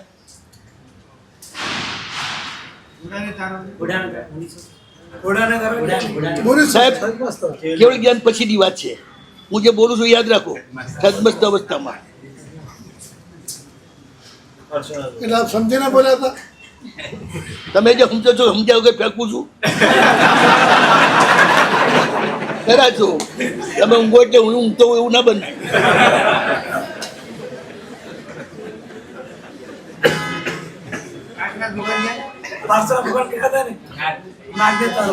સાહેબ સદમસ્ત અવસ્થામાં ખરા પણ ગ્રહસ્થ હતા સાધુ નતા સાધુ થયા પછીનો આચાર જ નથી તીર્થંકરનો એ ચંદનબાળા માટે 5 દિવસ કે 5 મહિના 25 દિવસના ઉપવાસે કરી લે ચંદનબાળા માટે બિલકુલ આ બધી બહુ વ્યવસ્થિત વ્યવસ્થા છે તીર્થંકરો બધું હેતુપૂર્વક કરતા હોય છે ખાલી હવામાં ફેંકતા નથી હોતા કરતું પરમ કરુણા છે મહાવીરની કરુણા બહુ વધારે છે બીજા બધા કરતા જેટલી ક્રૂરતાની ચરમસીમા હતી આગલા ભાવમાં એવી જ કરુણાની ચરમસીમા આ ભાવમાં છે એ તો રહેવાનું જ એક એક્સ્ટ્રીમ હોય તો બીજું એક્સ્ટ્રીમ આવે છે અને તીર્થંકરોમાં જ એક્સ્ટ્રીમ હોય વીર્ય અનંત ઘણું આપણા કરતા છીએ એટલે આપણને એક્સ્ટ્રીમ ના આવે ક્યારેય તીર્થંકરનો આત્મા હોય તો આવે કયું છે પ્રભુમાં એટલું સામર્થ્ય છે એક જ ત્રણે ભવનને ઉચકી લે 14 રાજલોકને સાથીએ કહ્યું કે પ્રભુના નામનું વજન કેટલું નૌકારનું કે 14 રાજલોકને એક બાજુ તુલામાં મૂકો બીજી બાજુ નૌકાના અક્ષર મૂકો તો 68 અક્ષર વાળું તુલા નીચે જશે અને 14 રાજલોક વાળી ઉપર જશે જે નૌકાર 14 રાજલોક કરતા ભારે તમને મળ્યો છે ને તમે ઉપાડી શકો છો, તમારા જેવા શુભ નસીબ કોઈ બીજું નથી. એ નૌકાર મળે છે એટલાથી નાચો ને તોય ઘણું છે, તો મોક્ષ થઈ જાય. બહુ ફાંફા મારવાની જરૂર નથી. પ્રભુનો સાક્ષાત અક્ષરદેહ છે. તો માં સતીર્થ જ કહે છે, મારા મોક્ષે ગયા પછી આ જગતના જીવોનું શું થશે? એ કરુણાથી પ્રભુ પોતાનો અક્ષરદેહ અહીં મૂકીને ગયા. અક્ષરદેહ એટલે જેનો નાશ ન થાય એવો દેહ. નૌકાર આખો નૌકાર. શબ્દ બ્રહ્મ આ જ છે જ બધું. ઘણીવાર બીજા મંત્રો જલ્દી પડે છે નૌકાર કરતા પણ. એવું કેમ? બહુ સાદી વાત છે. કોઈ બી ઓફિસમાં જાઓ ને તો ચપરાસી તરત પડે.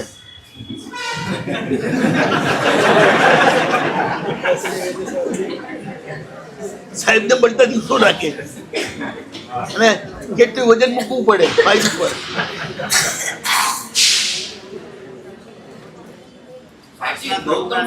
અરે ભાઈ કૂતરા ફરતા હોય ને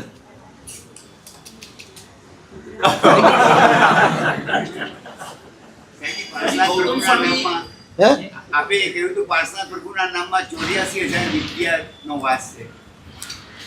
ખાલી નામ નૌકારમાં દરેક અક્ષરમાં 1008 વિદ્યાનો વાસ છે. એ નમસ્કાર મહાત્મ્યની અંદર સિદ્ધસેને કહ્યું છે. ગૌતમ સ્વામીજી માટે પરમાત્મા મહાવીરે સમોસળની રચના કરી. પ્રભુએ નથી કરી, દેવે કરીને દેવતાઓએ. ગૌતમ સ્વામીનું ઉપાદાન તૈયાર હતું કે પરમાત્માની કરુણા હતી? બે તૈયાર હતા. એક વાત ના કામ આવે. 4 વર્ષની છોકરી ઉપર ગાંડા થઈ જાઓ અને લવ કરો એટલે છોકરી તૈયાર થઈ જાય પહેણવા. એ 16 વર્ષથી તો થવી જોઈએ ને. અને પેલો 15-20 વર્ષનો તો હોવો જોઈએ ને. એટલે બેયની તૈયારી છે. ગૌતમની નેગેટિવ તૈયારી છે, નકારાત્મક. કોઈ પ્રભુએ કરુણા કરી? તમે પ્રભુની સાથે લડવા જાઓ ને તો પહેલી કરુણા કરે. તમે તો મારા પ્રભુને ગણતા જ નથી. મારે ગુરુમાં જ કહેતા, પ્રભુની ભક્તિ કરે ને તો શક્તિ મળે, આશા જ ન કરે તો નરગાદી ગતિ મળે. જાણે પ્રભુનું અસ્તિત્વ છે જ નહીં એ રીતે અવહેલનાર ઉપેક્ષા કરે તો નિગોદમાં જાય.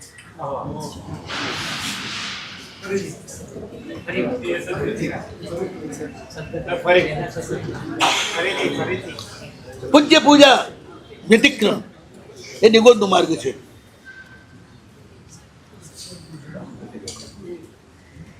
શક્તિ હોવા છતાં પ્રભુના દર્શન કરવા ન જાય, પૂજા કરવા ન જાય, ગુરુને વંદન કરવા ન જાય, માત્ર પ્રમાદના કારણે એ પ્રમાદ એને નિગોદમાં લઈ જાય.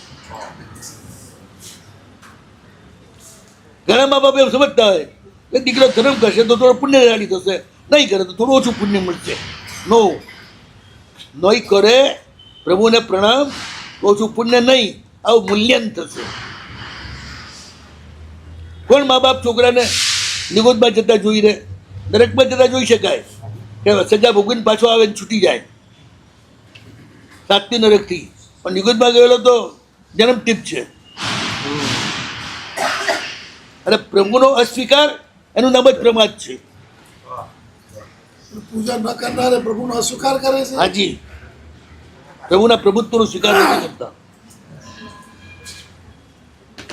એમનું પૂજ્યત્વ છે સમગ્ર વિશ્વના બધા દ્વારા, હિન્દુઓ દ્વારા પણ પૂજા કરવા લાયક છે. એ પૂજ્યત્વનો અસ્વીકાર એટલે એમના અસ્તિત્વનો અસ્વીકાર, અને એમના અસ્તિત્વ અસ્વીકાર એટલે તમારું અસ્તિત્વ ખતરામાં. સાહેબજી, ભગવાન કરુણા કરે એટલે શું કરે?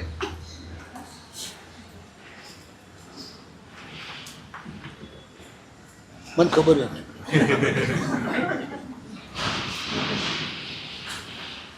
કરુણાનો અર્થ એટલો જ છે એ તમને પોતાના માને.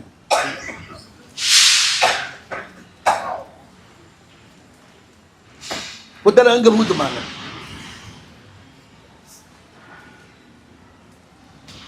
જગતના સર્વ જીવોને સ્વરૂપે પ્રભુ જુએ છે. એ જ કરુણાનું વ્યાપક અને દુર્લભ સ્વરૂપ છે. આટલો બધો પ્રેમ જગતના જીવોને આપવો એ તીર્થંકરના તથા ભવ્યત્વમાં જ શક્ય છે, આપણામાં નહીં. એટલું પ્રેમ કલ્પી જ ન શકો તમે. એ સ્પર્શ થાય તો ખબર પડે તમને. એ સ્પર્શ બહેનાને થયો હતો સાંજની આરતી કરતા. આરતી કરતા સ્પર્શ થયો. ભગવાન તો ક્યારે રીજેની ખબર જ નથી. આપણે જાગતા જ રહેવું પડે. ઉગતા રહે તો જતું રહે. ક્યારે અહીંનો દરવાજો ખુલે અને ક્યારે ત્યાંથી લીક થાય એનો કોઈ પત્તો નથી. વ્યાખ્યાન રોજ સાંભળવા જવું. કેમ? પ્રભુની શક્તિ ગુરુના શબ્દ દ્વારા આપણને મળે છે. અને કયો શબ્દ આપણને તારનાર છે ખબર નથી. કોક દાડો પ્રભુની પ્રેરણાથી જે શબ્દ તમને લાગુ થનાર છે એ શબ્દ ગુરુના મુખમાંથી નીકળી જાય, તમારું કામ પતી જાય. એ શબ્દ બહુ દુર્લભ છે. ધૈર્યથી સેંકડો વર્ષ સુધી રાહ જોવી પડે ત્યારે શબ્દ મળે. બીજી એક વાત કહી દઉં. ગુરુ શબ્દથી ઉપકાર કરે, પ્રભુ શાનથી ઉપકાર કરે. અસ્તિત્વથી દ્રષ્ટિથી. દર્શનમ દેવદેવસ્ય દર્શનમ દર્શનમ દર્શનમ બધું આપી દીધું ને.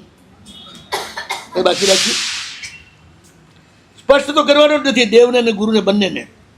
આપણે કોબરા ગંધાતા અડીને ક્યાં એમને બગાડીએ. ચરણ સ્પર્શ ગ્રસ્તે તો કરવાનો જ નથી. માત્ર સાધુને જ ગુરુના ચરણનો સ્પર્શ કરવાની છૂટ છે. અને ગુરુ માત્ર સાધુના જ મસ્તક ઉપર હાથ મૂકે, ગ્રસ્તોનો તો વાસક્ષેપથી જ પતાવે, સ્પર્શ ન કરે. કલાપુર શ્રી મહારાજ, વૈસાગરજી મહારાજ, મારા મોટા ગુરુ મહારાજ સ્પર્શ નતા કરવાનો. સ્પર્શ કરવાની ઈચ્છા થવી એ મોહનો પ્રકાર છે. માથે હાથ મૂકો એ મોનો પ્રકાર. માથે હાથ મૂકો એ પણ મોનો પ્રકાર. નાજી, અંગુષ્ઠમાંથી ગુરુની ઓરા તમારામાં આવે છે. એ કેટલી ડિગ્રી આવી, એ માથું કેટલું ગરમ થયું એ જોઈને ગુરુ જાણી લે. માટે માથે હાથ મૂકે છે. એટલે હકીકત છે કે તમે જૈન દર્શનમાં જન્મી આખી જે પ્રેક્ટિકલ પ્રક્રિયા છે એનાથી વંચિત છો.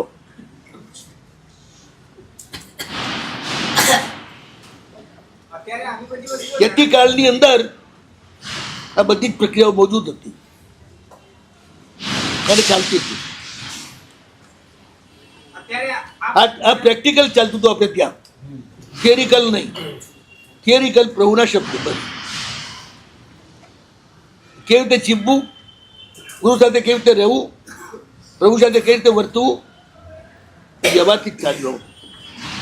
એ વ્યવહાર તૂટી ગયો વચલા ગાળામાં. અત્યારે જેટલા પૂજા કરે છે ને બધા દેખા દેખીની છે. કઈ સ્કૂલમાં શીખી આવ્યા? કયા ગુરુએ શીખવાડ્યું? ધર્મ તો ગુરુ પ્રતિષ્ઠ જે ક્રિયા કરો એ જ બને, બીજો કોઈ ના બને.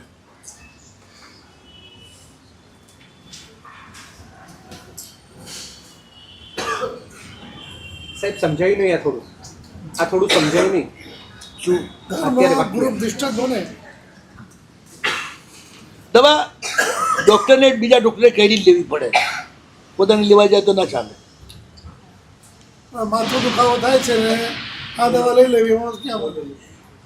સાહેબ એમાંય ગડબડ થાય. દુખાવો શેનો છે એ ખબર પડે એમને લઈ લો ને તો પેલી હેમરેજ થઈ જાય એ જ દવાથી.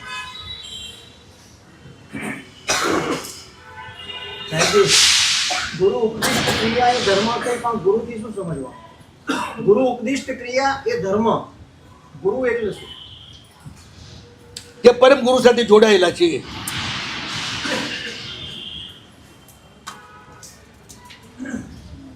પોતાના ગુરુને પૂર્ણ સમર્પિત છે. આખી લાઈન હોય કે પરમ ગુરુ સુધીની. એટલે અખંડ પરમાત્માની શક્તિની ધારા ચાલી આવતી હોય. એટલે ગુરુ દીક્ષા આપે ને ત્યારે એમ નથી કહેતા હું આપું છું. જોગ કરાવે ત્યારે પણ નથી કહેતા સમાજ સમન હત્યાનો. એટલે હું ગૌતમનો હાથ કરે છે તમારું કામ. કારણ કીર્તિ ગૌતમ હતા ને, આરામથી ગૌતમ હતા. ભગવાનનો હાથ નહીં લેવાનો પાછો. ભગવાન તો પ્રવાહ જ છે, આપનાર. ગૌતમ ખીલદાર છે અને પછી પહોંચાડનાર છે. હું દીક્ષા આપું તો શક્તિપાત થાય. શક્તિપાત ભ્રમાત્મક જ્ઞાન પેદા કરે. એક જ જિંદગી સુધી અસર રહે, બીજી જિંદગીમાં મળ્યું હોય તૂટી જાય. હું આવી જાય. પ્રસાદથી જ મોક્ષ માર્ગ ખુલે. નિત્યારંભ પશ્યંતુ, પછી સિદ્ધા સિદ્ધિ મમજ સંતો દિંતુ પશ્યંતુ અને દિશંતુ. આખો સાધના માર્ગે એમાં આવી ગયો. નિર્માણ સાહેબ ફરી તમારી મતમ દિંતુ સિદ્ધારંભ પશ્યંતુ સિદ્ધા સિદ્ધિ મમ દિશંતુ. સમાધિ પ્રભુનો પ્રસાદ, પછી સિદ્ધિ.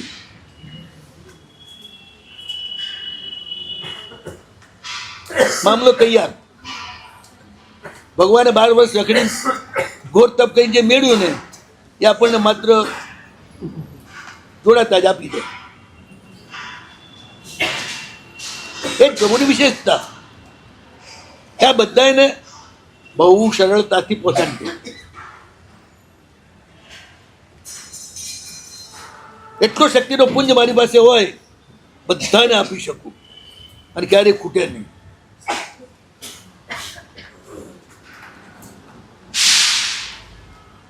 હવે મને અપાર છે પ્રભુની શક્તિ અને સ્વરૂપ. પદોમાં આનંદગંજી પણ એ જ ગાય છે, અનુભવ થયા પછી યશોવીજી પણ એ જ ગાય છે, સિદ્ધાનંદ પણ એ જ ગાય છે. પ્રભુનો અનુભવ કર્યા પછી અહંકાર તૂટી જાય છે. પ્રભુ તું તું તું તું તું જ છે. આઈ એમ નથિંગ. હું છું જ નહીં. ક્ષણે ક્ષણે જેના પર્યાયો બદલાતા હોય એ શરૂ હોય.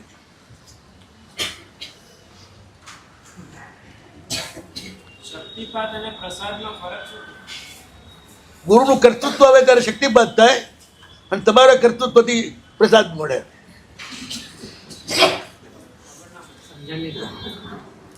ગુરુ ફોર્સ કરીને ફેંકે તમારામાં પરાણે, તમે તૈયાર નથી તોય, અને શક્તિપાત કહેવાય. એ ગુરુનો આવે. પ્રસાદમાં પરમાત્માનો સીધો આવે, ગુરુનો નહીં. ગુરુ પણ છે ને નળ ટાઈપ છે, વોટર વર્કર્સથી જોડાયેલા નળ આવે અને નળમાંથી જેમ ગળામાં પાણી આવે એમ પરમાત્માનું અનુગ્રહ ગુરુ દ્વારા તમારામાં આવે. ગુરુ માત્ર નળનું પાઇપ છે, એથી વધારે કરતું જ નથી. પણ આનું પાઇપ ન મળે ને તો ક્યારેય ન મળે પાણી. માટે પાઇપ અનિવાર્ય છે. જે અસાધારણ કારણ છે, જેનું બહુમાન રાખવું પડે, એને સંભાળવું પડે કે હળી ના જાય એનું ધ્યાન રાખવું પડે. બધામાં સીમા છે. પ્રભુમાં ગાંડા થાવ, ગુરુમાં સીમાથી વધારે ગાંડા નહીં થવાનું. ત્યાં પછી એમનો દેહ અને એમનું વ્યક્તિત્વ એના મોંમાં ફસાઈ જશો. અને ગુરુ પણ તદબસ્ત છે. તમારો જે માનસિક એમના ઉપર આક્રમણ મમતાનું, એના કારણે એ પણ તકલીફમાં મૂકાઈ જાય. એટલે ઘણીવાર ડુબ્બાનમ ડુબ્બયાનમ થઈ જાય. ચિંતાનમ તાર્યાનંદ બદલે.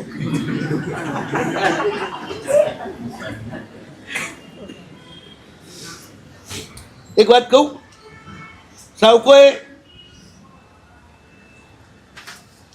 સુભાદ્ર દાન કર્યા સિવાય જમાય નહીં ને. નહીં નહીં ખરેખર સુપાત્ર દાન કરીને જ વાપરવું હા, જોઈએ. બરોબર. તો કઈ રીતે કરે રોજ? આપણે સમજી બેઠા છીએ કે સર્વશ્રેષ્ઠ સુપાત્ર અમે છીએ, પણ તમે સુવર્ણ પાત્ર છો, પ્રભુ રત્ન પાત્ર છે. પ્રભુની પૂજા કરે ને એ દાન ધર્મનું સ્વરૂપ છે. પણ એમાં મજા એ છે, ગુરુવારની ભક્તિ કરે ને 2 રોટલી 4 રોટલી 2 લાડવા 4 લાડવા, કેપેસિટી કેટલી ગુરુની લેવાની. એટલી અને પ્રભુને તાળના તાળને કરંડિયા કરંડિયા મૂકો તો ભગવાન કહે કે "એ, બહુ થઈ ગયું, ફાટી જશે."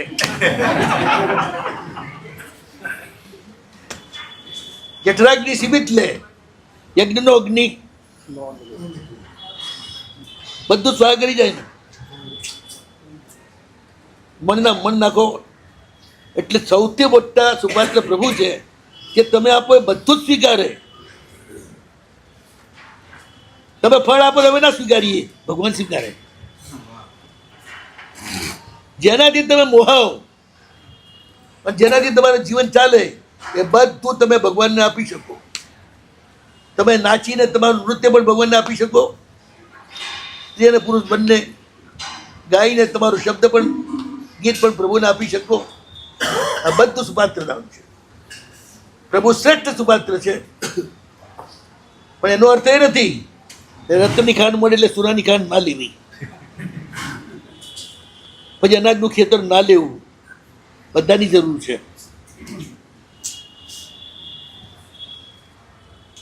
પ્રભુની ભક્તિ તમને સદગુરુને મેળવી આપે અને સદગુરુ તમને જગતના સરળ જીવોના મિત્ર બનાવે. આ ક્રમ છે વિતરાગતાનો.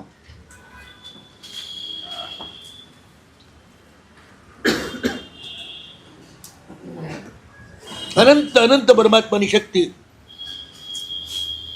જેનો ક્યારે પણ અંત ના આવે, જેનો કોઈ નાશ ન કરી શકે.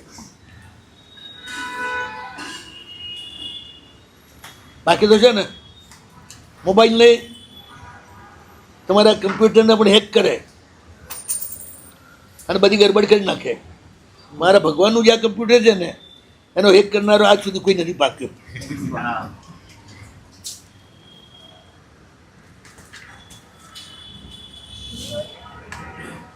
એમાંથી એવા રેસ પણ નથી નીકળતા કે તમને માંદા કરી નાખે. તમારો મોબાઈલ તો અડધો કલાકથી વધારે વાપરો ને તો આગળ જતાં કાં તો ક્રેક થઈ જાઓ અને કાં બહેરા થઈ જાઓ. મારા પ્રભુથી એવું કશું જ ના થાય.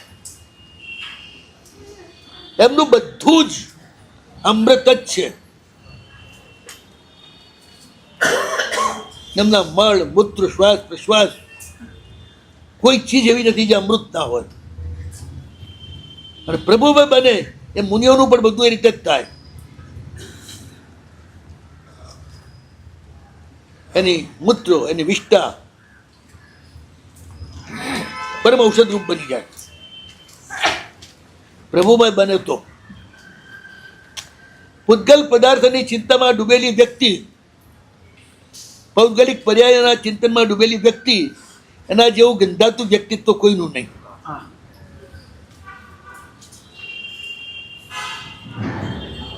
ભૌગોલિક પર્યાય બધા જ મુર્દાઓ જ છે.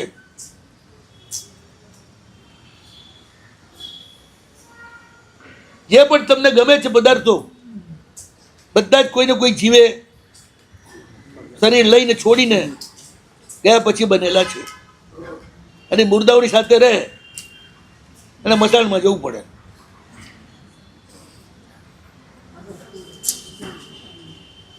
આ નરી વાસ્તવિકતા છે.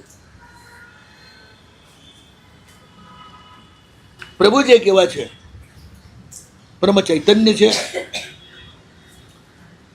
બાહ્યથી પણ એમને દુર્ગંધ સ્પર્શતી નથી.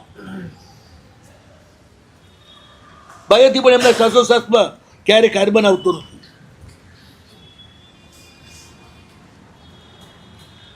પ્રભુનું બધું જ અમૃત જ છે. અને અમૃત દિવ્ય તરંગો રૂપે એમની મૂર્તિ અને એમના નામમાં જોઈન્ટ હોય છે. એ જ્યારે પણ તમે એકાગ્ર થાવ એમાં, ત્યારે એનો પ્રવેશ તમારામાં થાય અને તમે કન્વર્ટ થાવ, તમે બદલાવો. આખી આ કેમિકલી પ્રોસેસ છે, રાસાયણિક પ્રક્રિયા છે. પૂતગલમાં તે જ ચાલે ને, આત્માની કોઈ જરૂર નથી કેમિકલી પ્રોસેસની.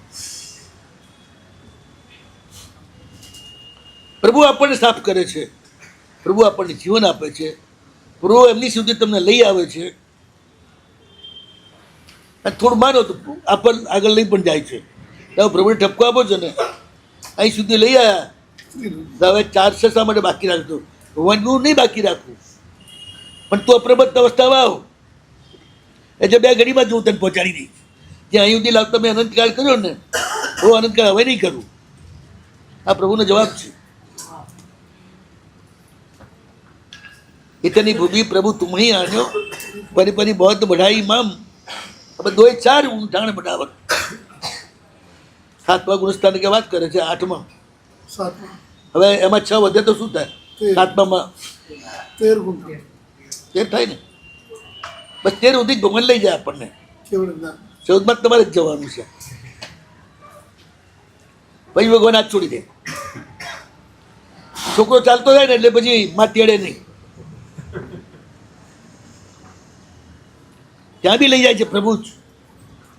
પણ અહીંયા આવ્યા પછી તમારો અહંકાર છે ને, ત્યાં તો અગાઉ નિજરા છે, તમારું કશું ચાલતું જ નથી. મારી આ પસંદગી છે, મારું આમ છે, મને આમ છે, તેમ જોઈએ. હવે કયું વનસ્પતિ ગાય બોલે? કયું પૃથ્વી ગાય બોલે? કોઈ બોલે?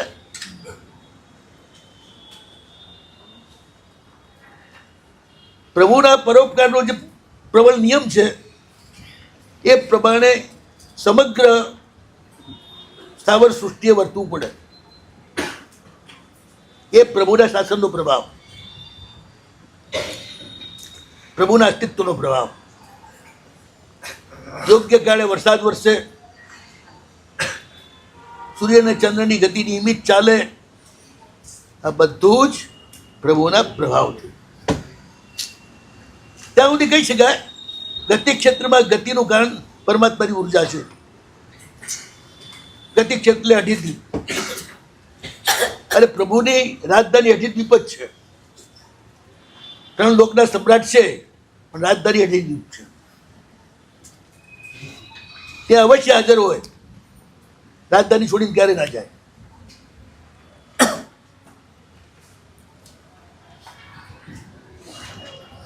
અમને એમના હોવાથી જ અઢીદ્વીપમાં ગતિ છે. અઢીદ્વીપની બહાર ન મોત ન જન્મ, કાલ ટપ. કોઈ કારણવશાત તમે ગયા હો અઢીદ્વીપની બહાર, લાંબુ રોકાવું પડે, ત્યાં કાળ નામની ચીજ જ નથી, એટલે તમને ખબર જ ના પડે કેટલો કાળ ગયો. પાછા ગતિ ક્ષેત્રમાં આવો ત્યારે ખબર પડે ત્યાં 12 વર્ષ જતા રહ્યા હતા. પણ તમે 24 વર્ષના ગયા હો તો 24 વર્ષના જુઓ, 36 વર્ષના ના થાવ. એવું હા, કાળની અસર ઘટાડો ગતિના કારણે છે. ગતિનો અભાવ થઈ જાય છે, એટલે જ મૃત્યુ નથી થતું, એટલે જ જન્મ નથી થતો. ઉદ્ગલની ગતિ તો ત્યાં પણ છે જ. આપણે માટેની વાત છે.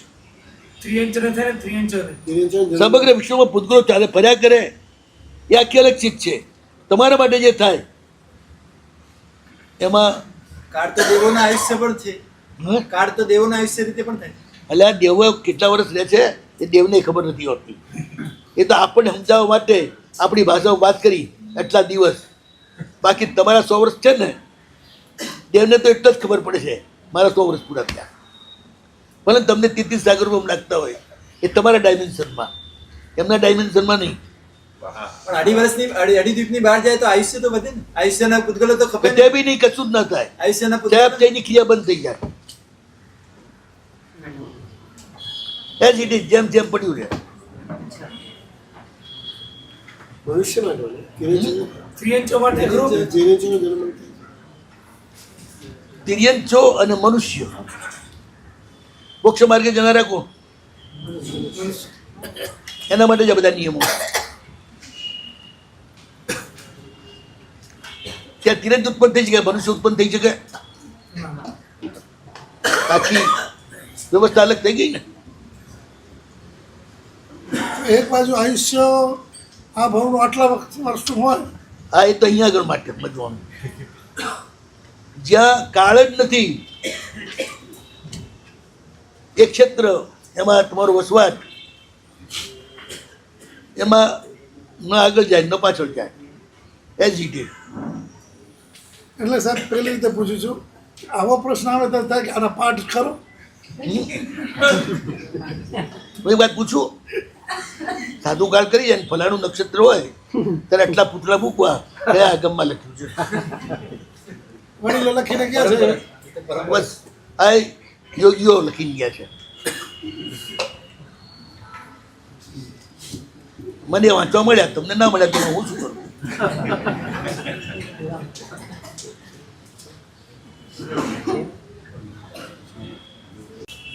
હું કદાચ વાત ઉછીની આપી શકું, પણ અક્કલ તો ઉછીની ના આપી શકું ને.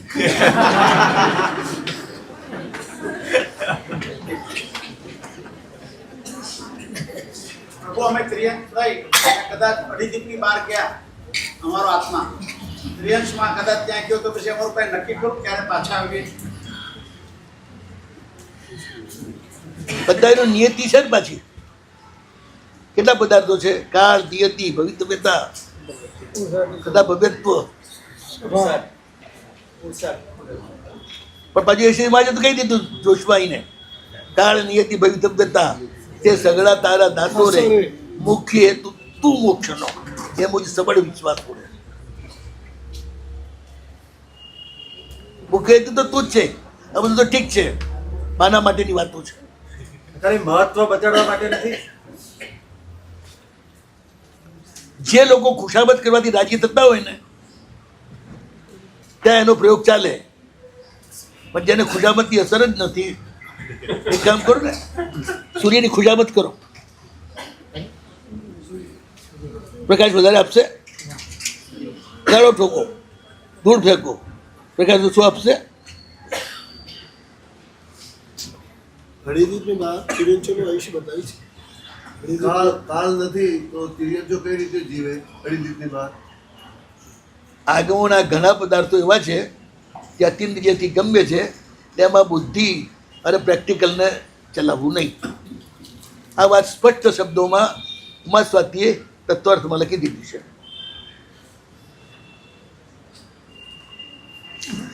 પ્રત્યક્ષથી સિદ્ધ કરવા પ્રયાસ કરવો નહીં. હવે સાગરજી મહારાજે જંબુદ્વીપનું આયોજન કરી અને પ્રત્યક્ષ પ્રમાણ એ સિદ્ધ કરવા પ્રયાસ કર્યો, ત્યારે પન્નાજી મહારાજે ના પાડી કે અભય સાગર રહેવા દે, આમાં તું સફળ નહીં થાય. કારણ કે દિવ્ય દ્રષ્ટિથી જે ગમ્ય છે એ ચર્મ દ્રષ્ટિથી અગમ્ય છે. નકામું આ કરવા જઈશ તો ઉપરથી લોકો શ્રદ્ધા ગુમાવશે. તું સમજે છે શ્રદ્ધા વધારવા માટે જાઉં. અને આ બન્યા પછી મારા અભય સાગર મને બહુ દોસ્તી હતી. મને એક દાડો કહી દીધું, સાહેબે ના પાડી હતી છતાં મેં આ કર્યું, મને બહુ જ પસ્તાવો થાય છે કે મારાથી આ તો ખોટું કામ થઈ ગયું.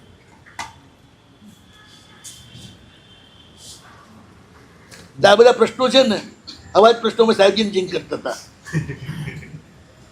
એક વાર અમે જઈને સાહેબને પ્રશ્ન કર્યો કે સાહેબ અહીં તો સમજ્યા, ભગવાન શબ્દેવ થયા, દૈવિક ધર્મનું નિવારણ થયું, આખી સંસ્કૃતિ આવી, રાજ્ય વ્યવસ્થા આવી, બધું આવ્યું. ભરત ચક્રવર્તી જ્યારે ઉત્તરખંડમાં ગયો, ઉત્તર ભરતમાં, અને ત્યાં આગળ પણ એનો મુકાબલો કરે એવા મ્લેચ્છો તૈયાર હતા. એમને ત્યાં કોણે શીખવાડ્યું? અને ત્યાં યુગલિક હતા કે નહીં? સાહેબજી કે આભારમાં પ્રશ્નો નહીં ના આવજો, જપ જાઓ. બે નગડી મૂક્યા અને જવાબ જ ના હોય. આપણી પાસે છે જ નહીં એની કોઈ પરંપરા કે ત્યાં શું હતું. અને અહીંયા આગળ છે ને, મોક્ષ માર્ગ પૂરતી જ વાત છે. માહિતીઓ માટે બહુ વધારે ટાઈમ બગાડવાનો નથી. રસોઈની માહિતીઓ મેળવવી કે બે જ આઈટમ મેળવીને ખાવું,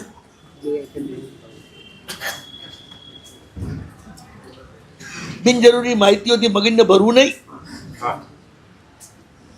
કેટલા બધા આગવામાં માહિતીઓ છે. જંબુદ્વીપ પ્રજ્ઞપ્તિ, સૂર્ય પ્રજ્ઞપ્તિ, ચંદ્ર પ્રજ્ઞપ્તિ, બધાની માહિતીઓ છે. બધાએ જે બતાવ્યું એ દિવ્ય દ્રષ્ટિ ગમે છે, માટે બહુ અક્કલ ચલાવી નહીં એમાં. હાજી આ કરું. પ્રભુએ જે કહ્યું છે સત્ય છે, પણ અમારી અક્કલ ત્યાં સુધી પહોંચતી નથી. એકવાર પુણ્યજી મારી સાથે ચર્ચા ચાલી. મને કીધું ધુરંધર 2500 વર્ષનો કાળ ગયો, એમાં સ્મૃતિ ભ્રંશ પણ ઘણી વાર થયો. આગમોમાં જૂનું ગયું હોય, નવું ઉમેરાયું પણ હોય. ઉમેરનારાનો કોઈ આશય અશુદ્ધ ના હોય, પણ બને આવું બધું. આપણે જ્યારે આ બધાનું પરીક્ષણ કરીએ, એમાં જેટલું સાચું નીકળે એટલું ભગવાનનું છે.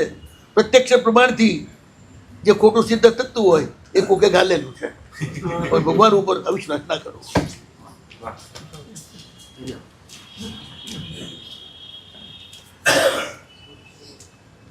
હજુ સુધી ભાઈ કે શું કરવું આપણે?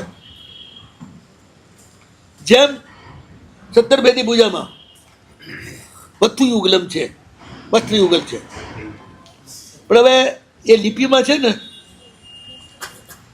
વસ્તુ અને ચક્કુ, સેજ ફેરફાર થાય તો ચક્કુ થઈ જાય, સેજ ફેરફાર થાય તો વસ્તુ થઈ જાય. કોઈક લઈ આવે બોલી એ ગડબડ કરી, રિયલમાં વસ્ત્ર યુગલ જ છે, એને બદલે ચક્ષુ યુગલ પણ થઈ ગયું 17 ભેદી પૂજામાં, જે હતું જ નહીં. આવી લેખનની ભૂલથી પણ પરંપરાઓ બદલાઈ જતી હોય છે. હવે આગળ નિવીમાં શું ખપે યોગ વાહીને? યોગશાસ્ત્રમાં સ્પષ્ટ છે આ બધું ના ખપે. એ ન નીકળી ગયો એટલે ખપે એમ માનીને આજ સુધી આપણે દીધે રાખ્યું. એક ન નીકળી ગયો આટલું મોટું ગડબડ થઈ ગઈ. હવે આવી ભૂલ થવી સહજ છે. ત્યાં આગળ અક્કલથી વિચાર કરવો પડે. યોગ શતક માં સાધક માટે લખ્યું સુક્કા હારા. એટલે જ્યાં સુધી એની ટીકા ન મળી ત્યાં સુધી બધા મહાપુરુષો આંબિલના પક્ષપાતી હતા. શુષ્કા હારા વૃક્ષા હારા કરી નાખ્યું. એ જ અર્થે ચાલતો રહ્યો. સોપકને વૃત્તિ મળી યોગ શતકની પ્રગટ થઈ, માં સ્પષ્ટ લખ્યું છે શુક્લાહારા, જે આહાર કરવાથી પરિણામ શુક્લ રહે એવો આહાર કરવો.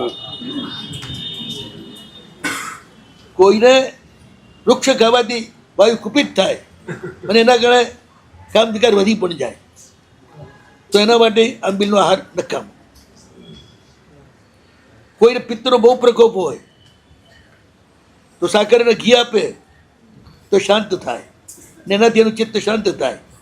તો સાકર ને ઘી પણ એના માટે શુક્લ આહાર છે.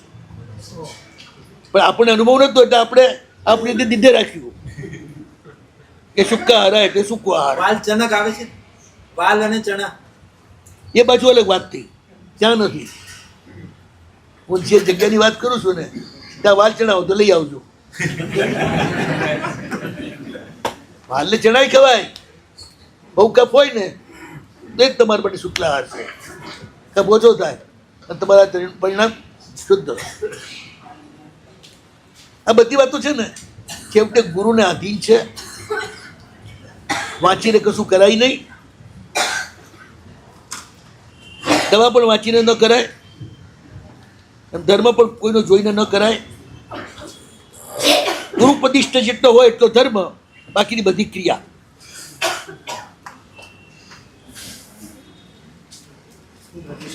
ભાષા શ્રવણ કરે તો ક્રિયા, ગુરુની આજ્ઞાથી નૌકાશી કરે તો ધર્મ.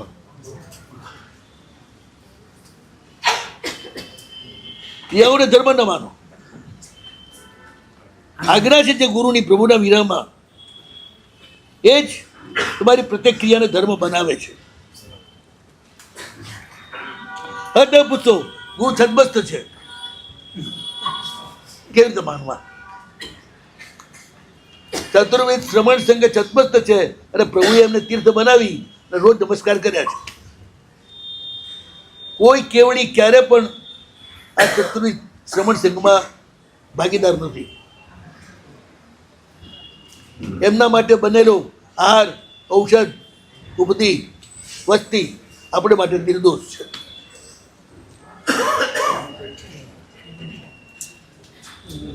એટલે કેવડી તીર્થમાં છે નહીં. તારે કોણ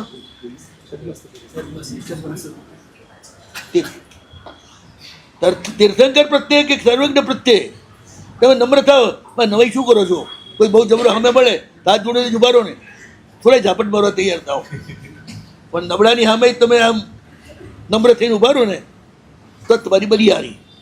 સદબત એવા ગુરુને પણ પ્રત્યક્ષ પરમાત્માની રૂપે જે જુએ એનો અહંકાર તૂટી જાય અને એ ગુરુ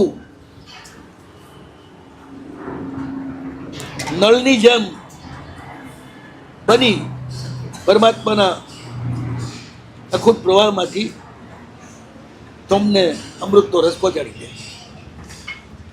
કોઈ નળે આજ સુધી પાણી પીધું નથી. એમ કદાચ ગુરુ ના પણ પીએ તો કઈ વાંધો નથી. એક પણ મૂર્તિ આજ સુધી મોક્ષે ગઈ છે ને એના આલંબને કેટલા મોક્ષે ગયા? મોક્ષમાં જવાનું તમારું પોતાની તૈયારી કારણ છે.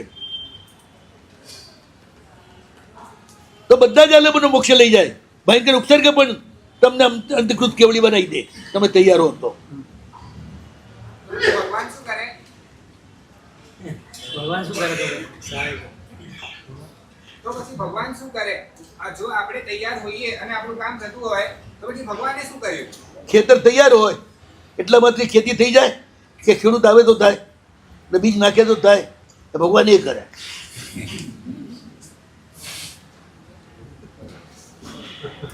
તમે તૈયાર હોય તો તમારામાં બીજા દાન કરી દે પ્રભુ. અને બીજા દાન થાય તો ધર્મ સમ્યક પંચસૂત્રના આધારે નિર્ભીક ધર્મ અનંતિવાર કર્યો, અનંતિવાર લીધા નહીં છે. નિર્ભીક ધર્મ એટલે અહંકારયુક્ત ધર્મ. હું કરું છું પ્રભુની કૃપાથી થાય છે. દેવગુરુ પસાય એ સભિત ધર્મ માટેનો વાક્ય છે અને મેં કર્યું એ નિર્ભીકની વાક્ય છે. એટલે તમને પ્રેક્ટિકલમાં શીખવાડી દીધું. સબીજ ધર્મ એટલે શું? બીજ હોય તો જ ઉગે ને કોઈ પણ વસ્તુ, અને ફળ બેસે ને. ધર્મનું ફળ છે મોક્ષ. તે સબીજ હોય તો મોક્ષ આપે, નિર્બીજ હોય તો ના આપે. બીજ બહારથી જ આવે, તમારામાં ના હોય. બીજ એટલે સંવેદર્શન. સંવેદર્શન બીજ એટલે વિશેષ યોગ્યતા એવી જે ગુરુ દ્વારા જ પ્રાપ્ત થાય અને ગુરુ દ્વારા પ્રભુ આપે. પાત્રતા ક્યાંથી આવે? પાત્રતા અને ક્ષમતા બે.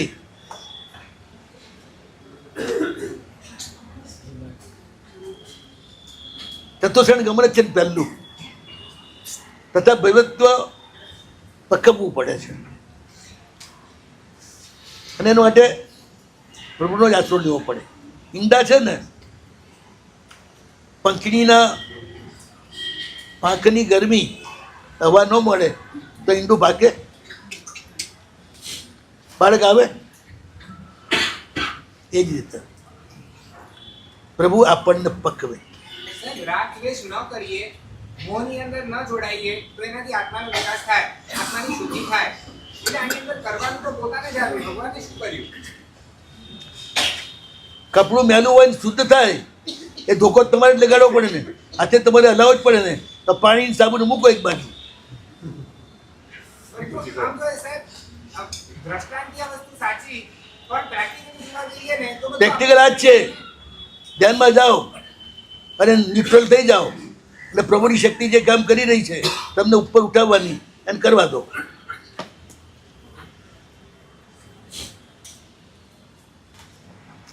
ઉપર ઉઠવા માટેના જે મંત્રો છે ને બે જ છે. એક નમો અરિયંતાણમ અને એક નમુત્થુણમ. જેમાં નમા પહેલું છે એ મોક્ષ માટે જ લખાયેલું છે. જેમાં નમા છેલ્લે હોય એ સંસાર માટે.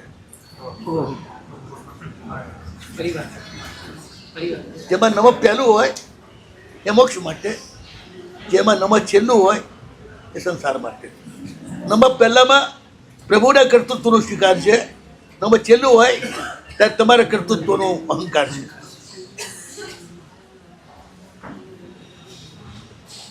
આ બે મંત્ર જેવા છે કે તમને ઉપર લઈ જાય. બાકીના બધા જ મંત્રો જે છે ને મોક્ષ આપનાર નથી. અરમ નમઃ અરમ નમઃ. ઓમ રીમ સિંહ અરમ નમઃ નમઃ પાછળ છે. પ્રભુના શબ્દને જ પકડવાના છે. ઉમરી બરહમ નમઃ છે ને એ સંસારની બધી સુવિધા પૂરી પાડનાર છે. મનોમલ વિશોધકમ. તમને પુણ્ય આપે, બધું હટાવે. સકામ અનુષ્ઠાન માટેના બધા મંત્રો છે. નિષ્કામમાં બે જ, નૌકાને નમુઠ્ઠું. મોક્ષ નિષ્કામ ધર્મ જ આપે, સકામ ના આપે.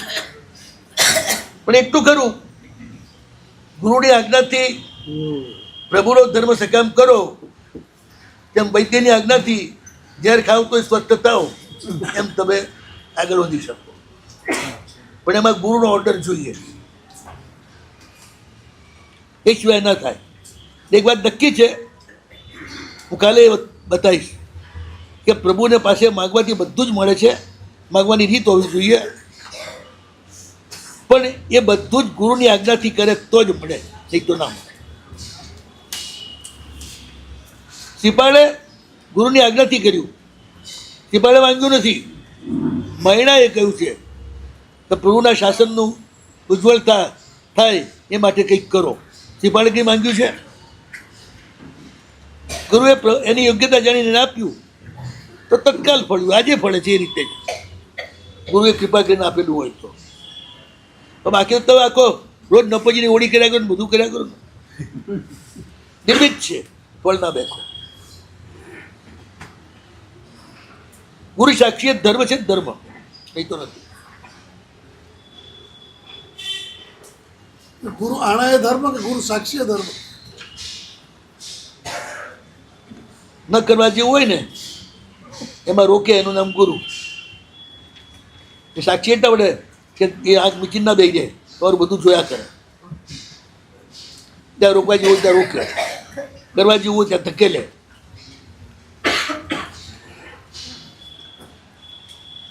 નથી ગુરુ નિર્વિકસ્ય મુખો. પ્રભુ દ્વારા પણ અહંકાર તૂટતો નથી, પુષ્ટ પણ થઈ જાય. મારા ભગવાન આવા છે તેવા છે, એટલે હું એવો જ છું. ગરમી તેવો હોય છે એમાં. મને આવા ગુરુ મળ્યા છે. તમે બધા ડભોળો અભાગ્યા છો, હું જેવો ભાગ્યશાળી છું, મને આવા ગુરુ મળ્યા છે. આ બધી વાતોનો આ રીતે દુરુપયોગ થાય. એટલે સાધન છે ને દરવડમાં પડી જાય. ગુરુ દ્વારા જ અહંકાર તૂટે, છદબસ્ત ગુરુથી જ અહંકાર તૂટે. જેટલા પણ મોક્ષે ગયા છે પ્રભુની હાજરીમાં પણ એ બધાને છદબસ્ત તવીરોને દીક્ષા આપીને ભગવાને સોંપ્યા છે. કોઈને પોતાની પાસે રાખ્યા નથી.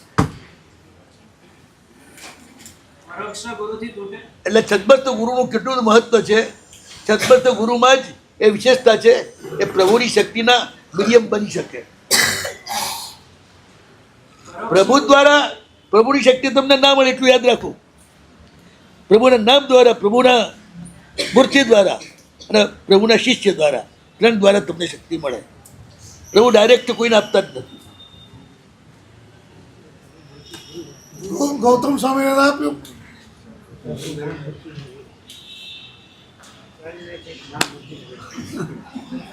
શું આપ્યું? શું આપ્યું કોણ મને? કૃપા કરી કે બધું આપ્યું. જે એમનું કર્મ હતું તીર્થ સ્થાપવાનું, એને કામ કરે. પતી ગયા, પછી વાત પૂરી થઈ ગઈ. પછી એક અંતર બને છે, પછી એટલી બધી કોઈને આપે છે, પતી ગયું કામ. તીર્થંકર નામ કર્મ કરાવે છે. બધું જ તીર્થંકર નામ કર્મ એ રૂપે પ્રકૃષ્ટ પુણ્ય એ જ સમગ્ર વિશ્વનું સંચાલન કરે છે. એ જ સમગ્ર વિશ્વનું નાયક છે. કર્મકૃત વિશ્વમાં કર્મ જ ચાલે અને કર્મ જ એનો નાશ કરે. એટલે ભગવાને કાંટાને કાઢવા કાંટો જ આપ્યો. જે પાપ તમારા અહંકારને કારણે બંધાય છે એને દૂર કરવા પ્રભુએ પુણ્ય આપ્યું. પાપ પણ એનર્જી છે. તમને નીચે લઈ જનારી પુણ્ય જે એનર્જી છે ઉપર લઈ જનારી, નીચે લઈ જનારી તમે પેદા કરો છો, ઉપર લઈ જનારી પ્રભુ આપે છે. પ્રભુ વચ્ચે ન આવે અને જગતનો જીવ કોઈ પણ વચ્ચે ન આવે તો તમારી કઈ ક્રિયા પુણ્યનું કારણ બને બતાવો મને.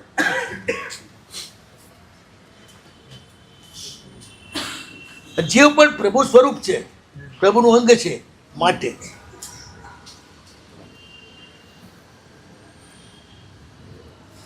ગમે તેટલા કોઈ પુણ્યનું ચિંતન કરો, પુણ્ય બંધ થાય નહીં. આત્મા અને પરમાત્મા આ બેની સાથે જોડાણથી જ પુણ્ય બંધ થાય.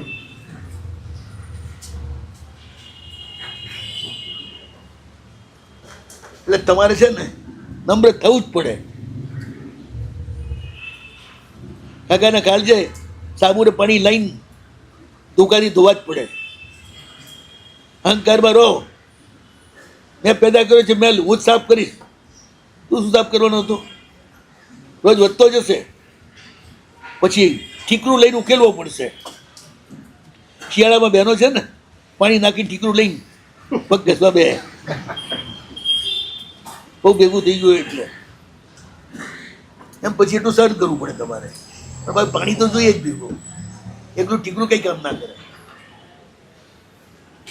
બસ સાબુ જેવા સુવાળાથી કામ પતતું હોય તો ઠીકરો જેવો મર્ચન્ટ સુકનો ઉપયોગ કરો.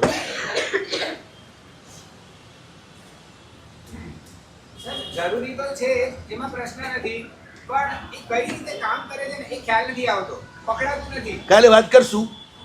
આજની ગાડીઓ ચાલે છે ને ઇલેક્ટ્રિકથી, એ મારું કઈ રીતે ચાલે છે સમજાતું નથી. એવી સિસ્ટમ છે, એનું પોતાનું સર્વિસ તો એ સમજાશે. બસ આ 14 છે,